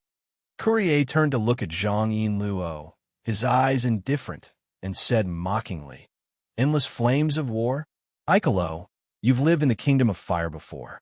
Then answer me, is the kingdom that is named after fire and was born from fire now peaceful, full of song and dance? Is everyone living and working in peace and contentment?" Zhang Yinluo was stunned. "Do you understand now? Those who live happy and worry-free lives will always be those high and mighty priests and nobles. The glory of the Lihua country is more and more dazzling in the flames. But the fuel that makes the flames burn forever is the countless serfs and commoners. Their lives, their sorrow, their tears are all thrown into the furnace of Lihua that will never be extinguished, as the price for the few who live in luxury. This is the law of this world. The strong dominate the weak and take everything away from the weak. Humans are beasts, and plunder and exploitation will always exist. Who asked them to be the weak? Those incompetent weaklings, those stupid serfs, those sorrowful commoners. They are all exploited and plundered, not until not even their bones are left. If that's the case, Courier's eyes became cold and cruel, like a beast ready to hunt. She looked into Zhang Yinluo's eyes and revealed a sinister smile. "If that's the case, then why can't I be the one to exploit and plunder them? Why can't it be my husband?" Zhang Yinluo shuddered, but sadly found that Courier's words made so much sense that she could not refute. The Lihua country was indeed a place crueler and more ruthless than the empire. The people at the bottom of the hierarchy lived without any dignity. Even if you tried her best, she could only help a small number of people. With her ability, she could not fundamentally change this atmosphere. This was also one of the reasons why she was determined to leave the country. She could not change all of this, nor could she enjoy the life of a superior with a clear conscience. Courier, however, stared at her and coldly said, "The alpha wolf of the ice field enjoys the worship of the entire wolf pack.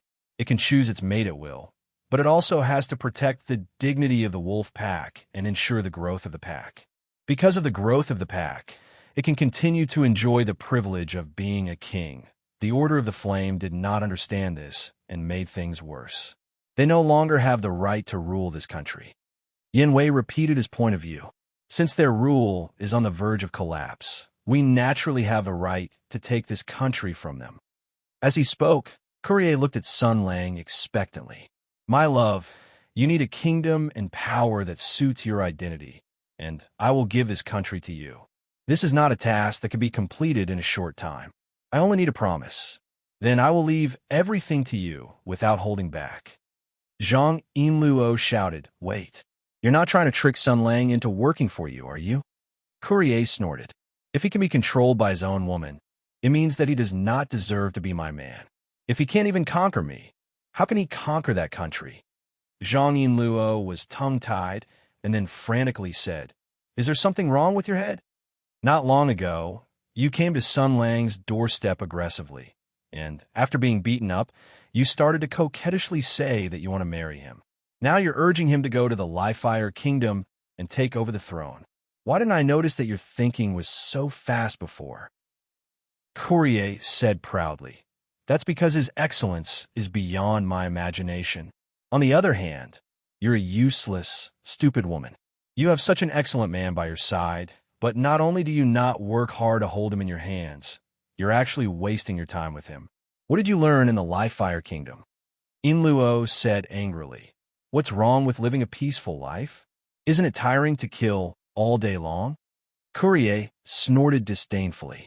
As a foreign young man with ideals and aspirations, she could not understand Zhang Yinluo's useless mentality at all. The woman turned her eyes to Sun Lang and asked again, My love, what's your decision? Sun Lang had just recovered from the shock. He thought that he was already a traitor, but he did not expect that this woman was no worse than him. She was obviously in a high position and was extremely glorious, but she always thought about the progressive idea of taking turns to be the emperor and coming to my house tomorrow. It was really too damn much to my liking. I like this kind of traitor.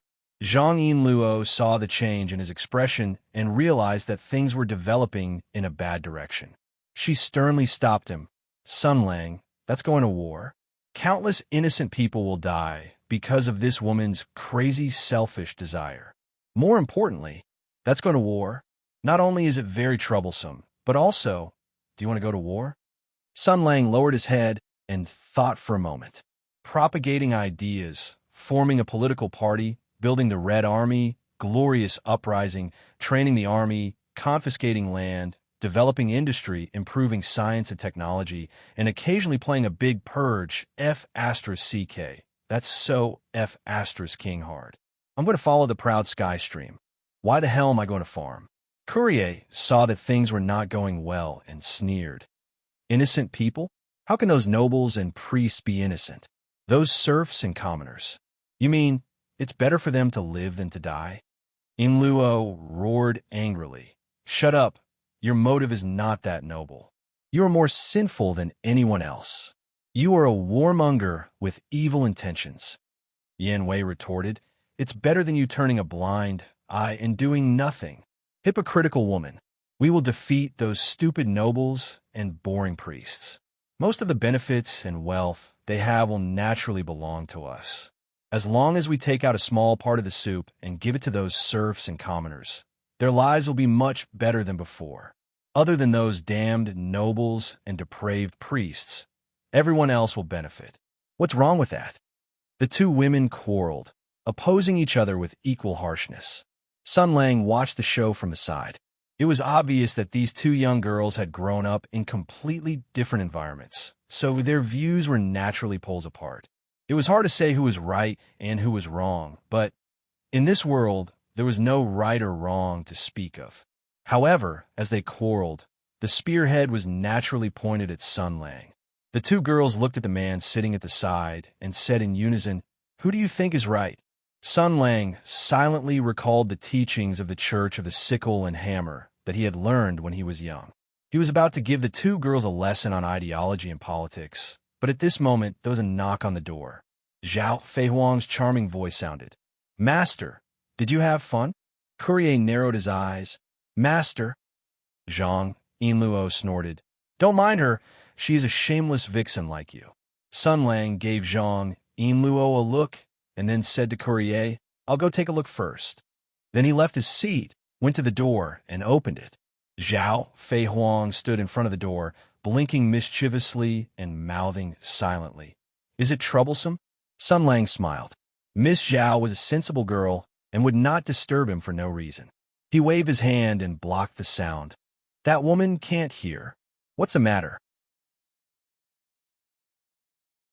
Zhao Feihuang nodded and said softly, Your foreign friend seems to be waking up soon.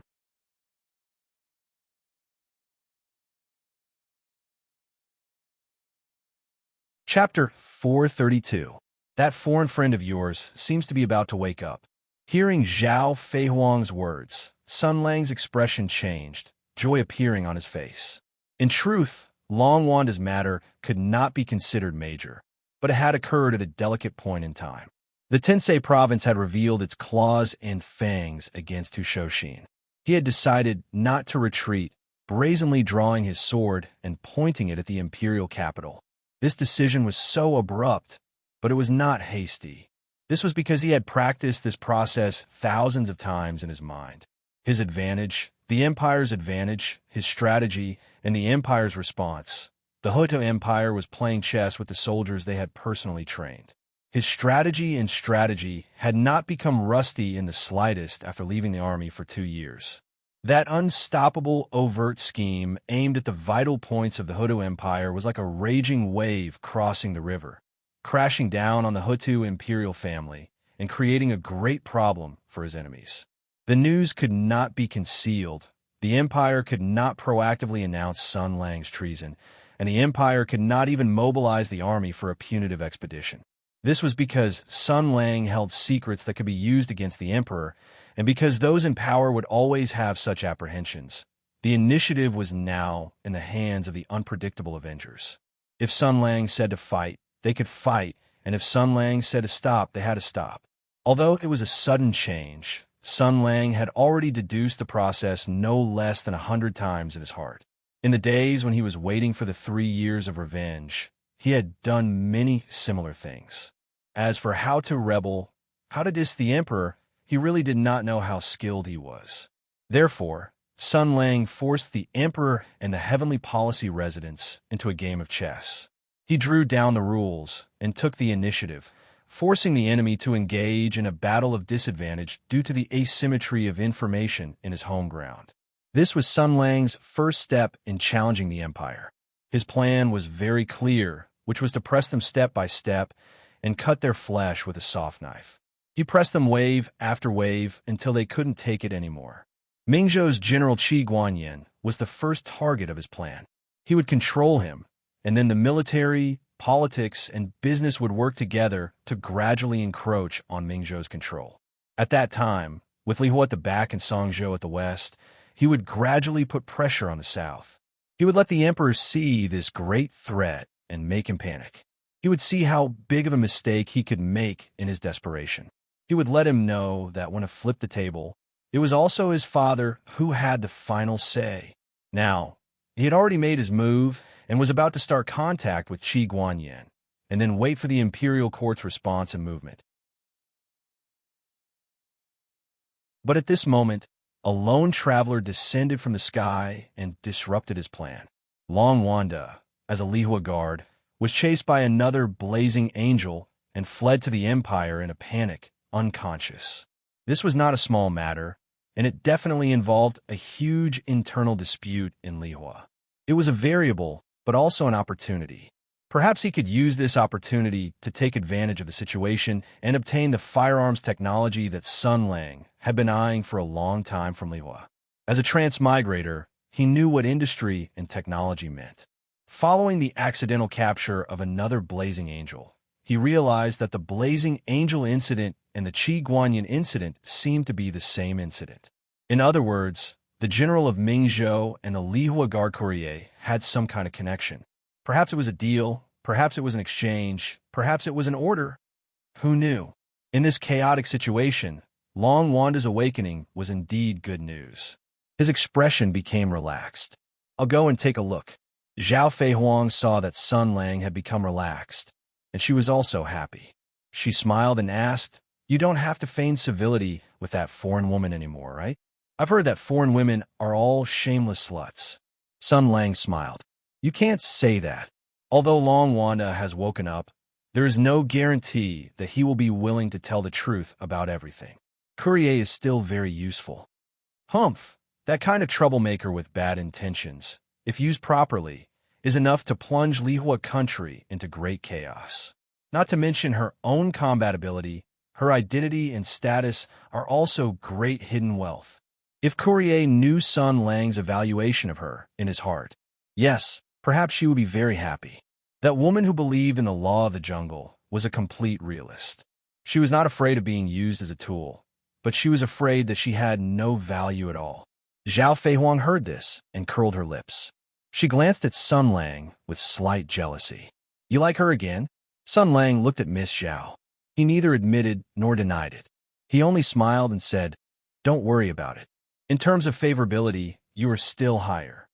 The girl's eyes narrowed into crescent moons. "Isn't that natural?" "All right, Sun Lang, Go and visit your good friend. As for me, she looked at the half-closed door, and a cunning little fox appeared on her face. She shook her small fist and snorted. I'll go and show that barbarian woman who's in her power. In his previous life, Sun Lang could be said to be experienced and knowledgeable. He learned from the mistakes of brother Chung abroad, and based on the national conditions of his country, he knew that mobilizing the masses was the best way to maintain stability. Now that more and more girls were interested in him, in order to prevent the Shuraba incident from happening, it was also a good thing to let them fight among themselves. After all, it was better to make a fortune quietly. Of course, it must be emphasized that it should be a battle of wits and not a battle of violence. Therefore, he was happy to see Zhao Feihuang join in. Sun Lang smiled and said, "Have fun." Zhao Feihuang smiled and gave him a thumbs up, meaning that he didn't need to worry about her. Sun Lang squinted his eyes and saw a lake-green shadow flashing behind the rockery in the courtyard. It was the housekeeper, Su Qingwan. With this loyal dog-type big sister protecting him, Sun Lang was really relieved. Waving her hand to send Sun Lang away, Zhao Feihuang's smile suddenly became playful. She snorted and said, "There's one more. But last night, I heard from the cow that the barbarian woman doesn't have a good relationship with her. Well, it's decided happily. First, I'll provoke them to fight." Thinking of this, she happily pushed open the door in front of her. Strange scenes flashed through her mind. Countless lights and shadows flashed in front of her eyes. The roar of guns and cannons, the feeling of blazing heat, the dizziness, the lightning flashing, the endless coldness, the eternal darkness, and the helpless soul wandering aimlessly in the silence. Then this soul found a spot of light. As he got closer, his confused soul gradually sensed something else. He smelled a pleasant aroma and felt the warmth around him. Then, more memories and feelings surged into his mind. He felt a splitting headache, and there was an uncoordinated lingering pain all over his body. He gradually remembered more. He was defeated. He couldn't even resist the intense pain and impact, and fainted directly. He encountered an unprecedented fierce battle and faced an unimaginable enemy. He was the Seraph of Seraph, the flame guard of the kingdom of fire, the scout of God, the most glorious knight and soldier of the kingdom of flames, carrying the honor that all priests dreamed of. His name was Long Wanda. No, that's not my real name. Only the people of the Hodo Empire would call me that. More memories surged into the chaotic soul. He remembered the final order he gave before he fainted. As a soldier who was loyal to his country, the last thing he could rely on in his life was a comrade from a foreign country. This was undoubtedly an extremely shameful thing, but he had no choice but to do so because he thought of the terrible situation, thought of the dangerous situation, thought of the mission he had to carry. A strong sense of duty and loyalty caused him to shatter the fog around his soul. He struggled to open his eyes and return to the modern world, taking back control of his body. I don't recognize the roof beams, but the style is undoubtedly the Oriental style of the Hodo Empire. I smell the expensive Oriental incense. I'm lying on a soft mattress and covered with a thin but warm brocade blanket. If I'm just a prisoner, I wouldn't be treated like this. This is the Hodo Empire, and I was saved by someone. I heard someone call me Long Wanda. Only the comrades of the Empire who fought side by side with me in the past would call me that, and only they would recognize me. In other words, he recalled the order he gave to the loner before he fainted. Did Ushoshin save me? Ah, brother Hu, my dear brother, I knew it. A look of gratitude appeared on Long Wanda's face. With tears in his eyes, he turned his head with difficulty. In his half-awake state, he heard someone calling out to him. Although he couldn't hear clearly, the tone was so familiar. Considering the order he had given before, it was obvious who the person beside him was. That was why he felt at ease. That was why he was crying. Attacked by his own people, betrayed by his own compatriots. In this cold and ruthless world where benefits were paramount, only his former comrade could make him feel at ease with the purest friendship. With tears in his eyes, the blonde, handsome Slaro shouted, "Hushoshin, my brother." Then his words were stuck in his throat. There was a person sitting beside the bed. He was looking at him with a gentle gaze, and his face was filled with a smile of reunion. But this person was not Hu Shoshin. He was not so tall, not so strong, not so old. This young man was undoubtedly not the general of the arrow, Hu Shoshin. But he was somewhat familiar,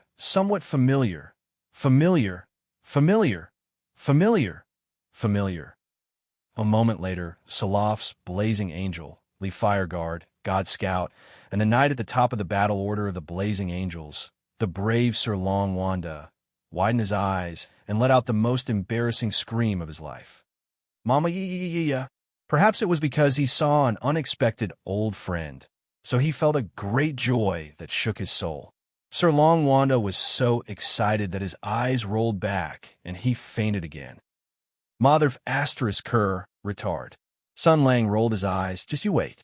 The darkness that swallowed light appeared from his hands. This was the mysterious power he used when he slaughtered the black-armored troops. The darkness rose like a living thing, covering the windows and flying up to the skylight, blocking all the light. The room became incomparably dark. After doing all this, Sun Lang went up and gave him a big slap. Long Wanda was still in a daze when he received another blow to his face. Under the pain, he suddenly woke up. He still didn't know if this was a dream or reality. What entered his eyes was a quiet and deep darkness. What was going on? Where am I? Am I dreaming? He muttered. I think I saw him. How is this possible? Isn't he already dead? Brother? A hoarse voice sounded out of nowhere, as though it was coming from all directions.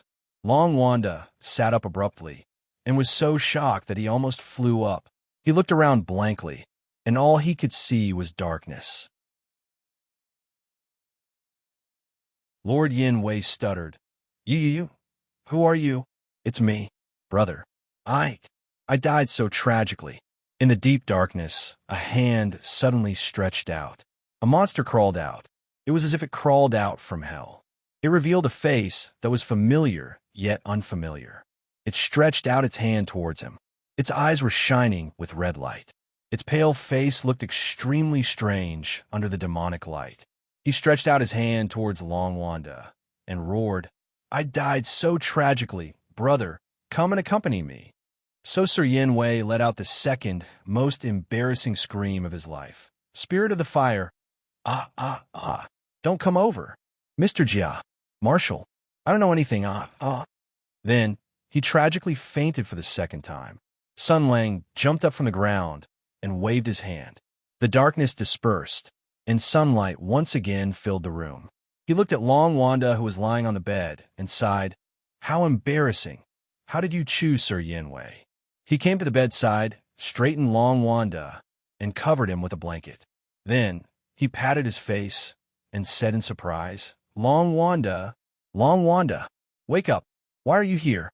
Under the protection of Sun Lang's vigorous internal force, the strong Sir Yin Wei woke up again.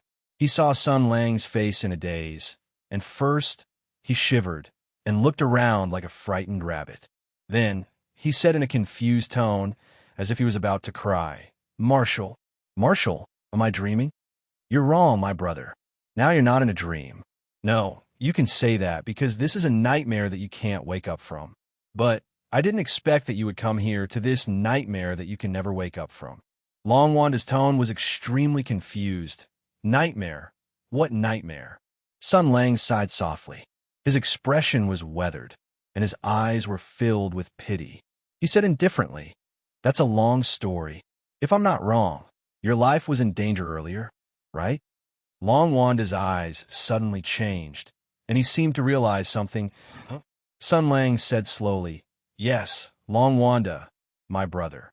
Although it's unbelievable, but welcome to the world of samsara.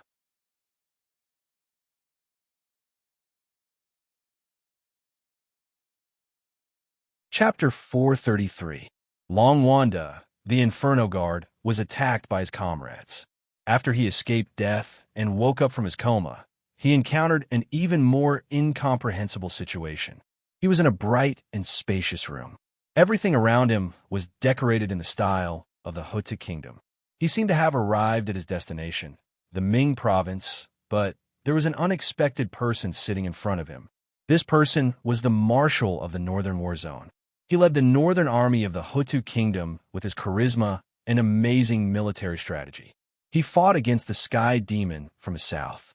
He was a legend in the army and a famous general recognized by the whole world. He seemed to be born to defeat the Sky Demon. He knew almost all the weaknesses of the Sky Demon. He could always see through the tactics of the Sky Demon, and he could always guess what the enemy wanted to do. In the Tianyuan War, the army under his command maintained a winning rate and exchange ratio that other generals from his own country and even foreign countries could not match. This fierce battle record not only made him worshipped by the soldiers of his own country, but also earned him the respect and admiration of other countries. For example, the Lihua Kingdom made an exception and awarded the Victory Medal to this Marshal Dongfang. They praised his outstanding command and the great contribution he made to the Lihua Kingdom. It was not an exaggeration to say that he could be called a hero of the human race. But this guy was already dead. Dead. The Battle of the Great Barren Mountain shocked the whole world. It completely eliminated the last surviving force of the Sky Demon.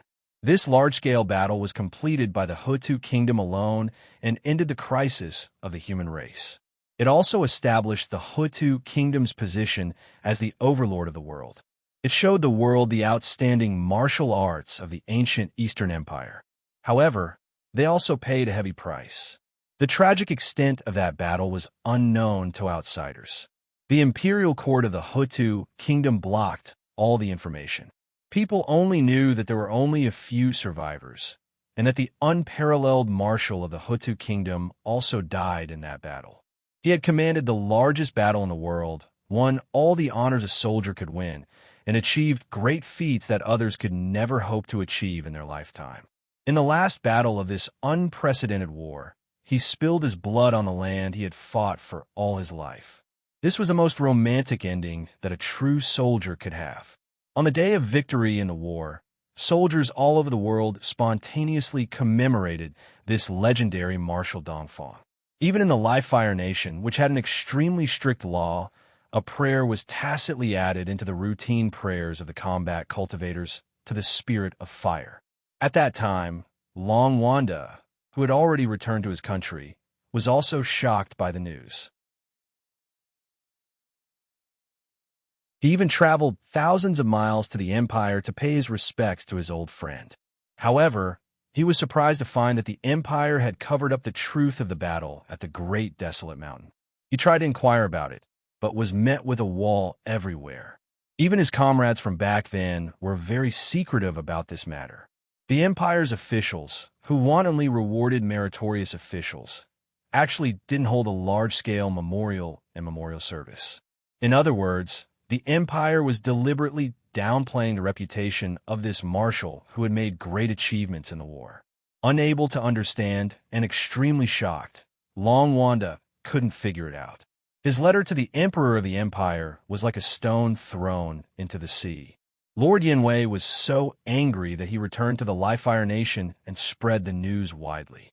Soon, it attracted the attention of the royal family of the Li-Fire Nation. There was no right or wrong in politics, and there was no concept of justice or evil. It was always about the comparison of interests. Now that the Empress of Hutu's martial arts was flourishing, and she had won a great victory, her military power was extremely powerful. After defeating the foreign enemy, it naturally caused fear and uneasiness in other countries. As a close neighbor of the Empress of Hutu, the Li-Fire Nation didn't know how to deal with and restrain the Empress of Hutu. After noticing this matter, they immediately became energetic. Therefore, the Li-Fire Nation immediately negotiated with the Empress of Hutu through diplomatic channels. They pretended to ask about Marshal Jia's well-being and held large-scale memorial activities for him in the country. At the same time, they secretly sent people to spread rumors that the Empire had killed the donkey after the donkey had left the millstone. After Marshal Jia won the bloody battle, the Empire immediately used the dirty trick to slap the Empire's face from all angles. At the same time, the news also spread to the west.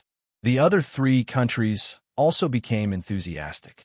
They included the martial jia in textbooks, set up statues commemorated by the people, set up festivals, and built memorials.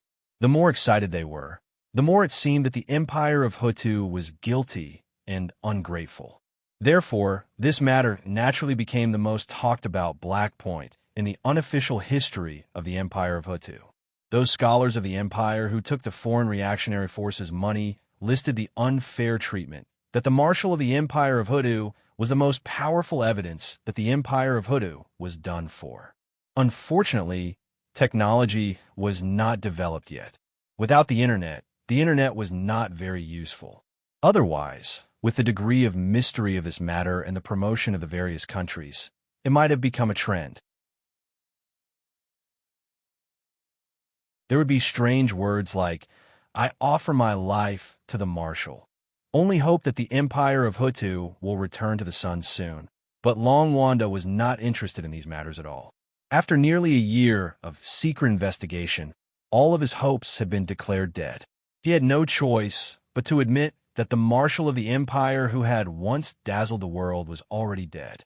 The living had become heroes, while the dead did not even have a false reputation. He felt very sad, very shocked, and very unfair.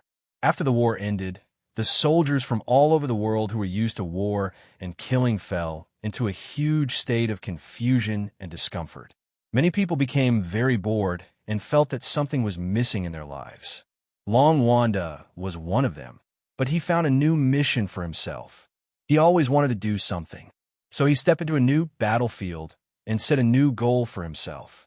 Whether it was to repay the kindness of saving his life, or to fulfill the responsibility and indignation of being a soldier, he wanted to work harder to uncover the truth and let the empire of Hutu recognize the marshal's achievements and status. But what he never expected was that his simple and upright motive at the beginning slipped in a direction that he could not control. Ideals would always change, and motives would always be distorted. Because people's hearts were complicated and changeable, fate was unpredictable. At first, he only wanted to seek justice for the marshal, but now he was involved in a huge crisis that even threatened his life. But all of this was not important anymore, because, welcome to the world of samsara. The person in front of him said so. Then he gave a thumbs up. Want to make people to F***CK? Want to exchange for Gundam? Do you want to strengthen chick? Want a free season ticket to time travel? Want to experience the thrill of going back and forth between life and death? Want to enjoy the thrill of killing the plot? Your wish can come true as long as you can live. Long Wanda murmured, "The world of samsara." Sun Lang patted the dumbfounded Long Wanda on the shoulder and said happily, "Brother, although I don't know why you came here, it's really a good thing to reunite with an old friend. I also had teammates who came from all over the universe, but I've never seen anyone from our world. You're the first." As he said so, a sigh and sympathy appeared on his face. He patted Long Wanda's shoulder again. "I know your mind is in a mess now, but I won't hide it from you. There's only one kind of people who can come to the world of samsara. That is, the people with great potential and obsession have already died."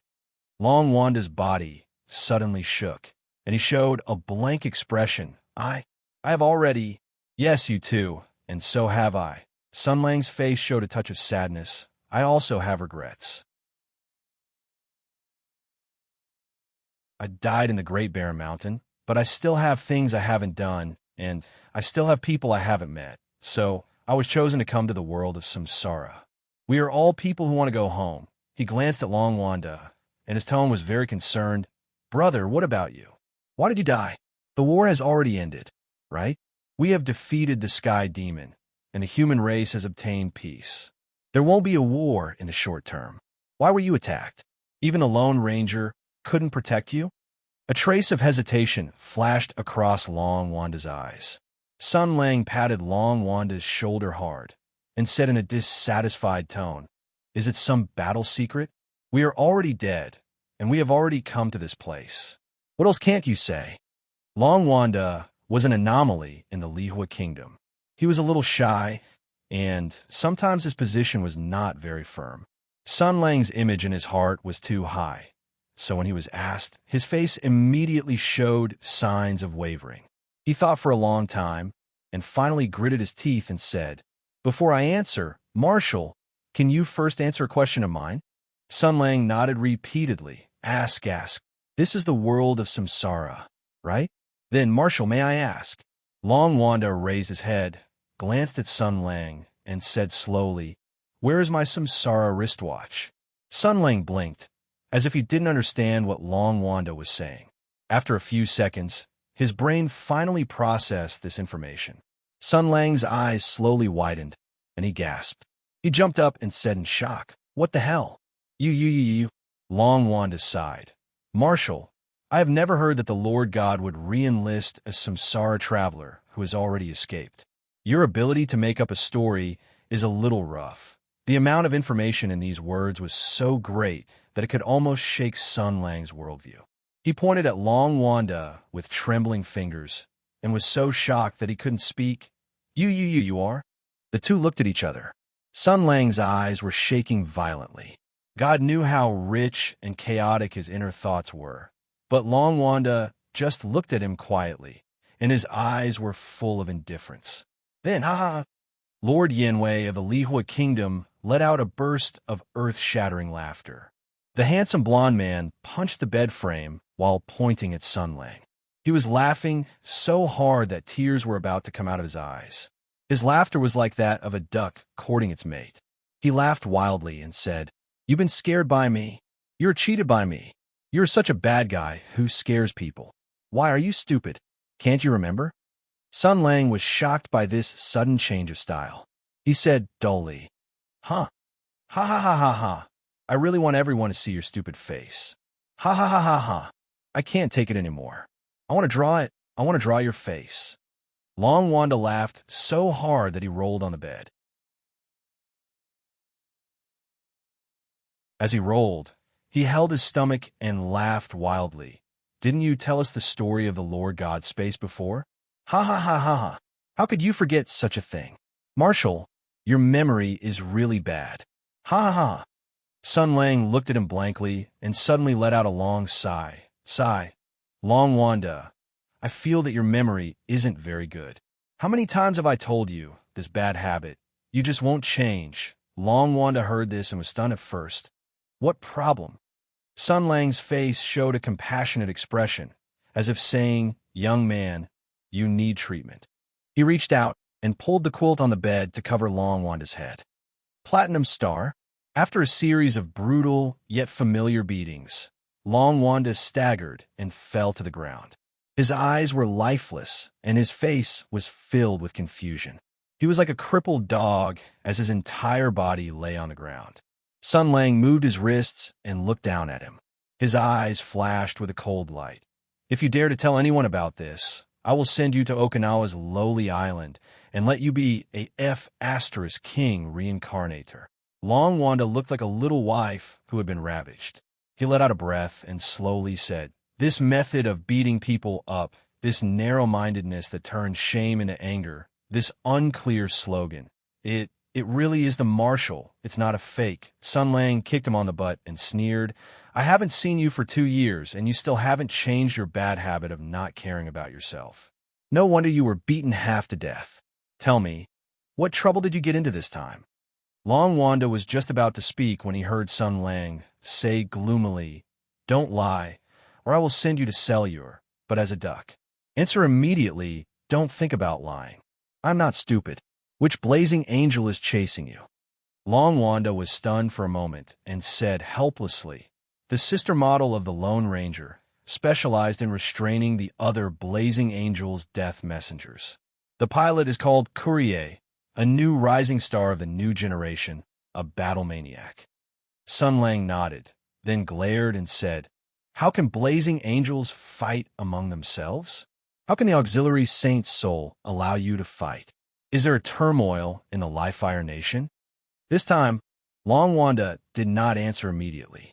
He knew the Marshal's character very well. He was shocked and asked, "What do you want to do?" Sun Lang rolled his eyes and said, "Have you been beaten, silly? You foreign devil have been bullied to this extent. I am your boss, so I naturally have to help you get back at them. Didn't you come to find who Shoshin for this? No, no, no, no. Long Wanda waved his hand. How can I be a burden to Big Brother who? I just want to borrow his connections to pass a message to the Imperial capital. I want to use diplomatic means. Sun Lang waved his hand. My connections are much stronger than Big Stick Who's. I'm the Marshal of the Empire. Who does Old Who think he is? Just tell me directly. The foreign devil was not stupid. Long Wanda looked at him and said slowly, compared to this, Marshal, shouldn't you first answer a few questions of mine? You're tuning in to the Warrior Lore YouTube channel. Don't forget to subscribe and join us on this journey to catch the most captivating stories.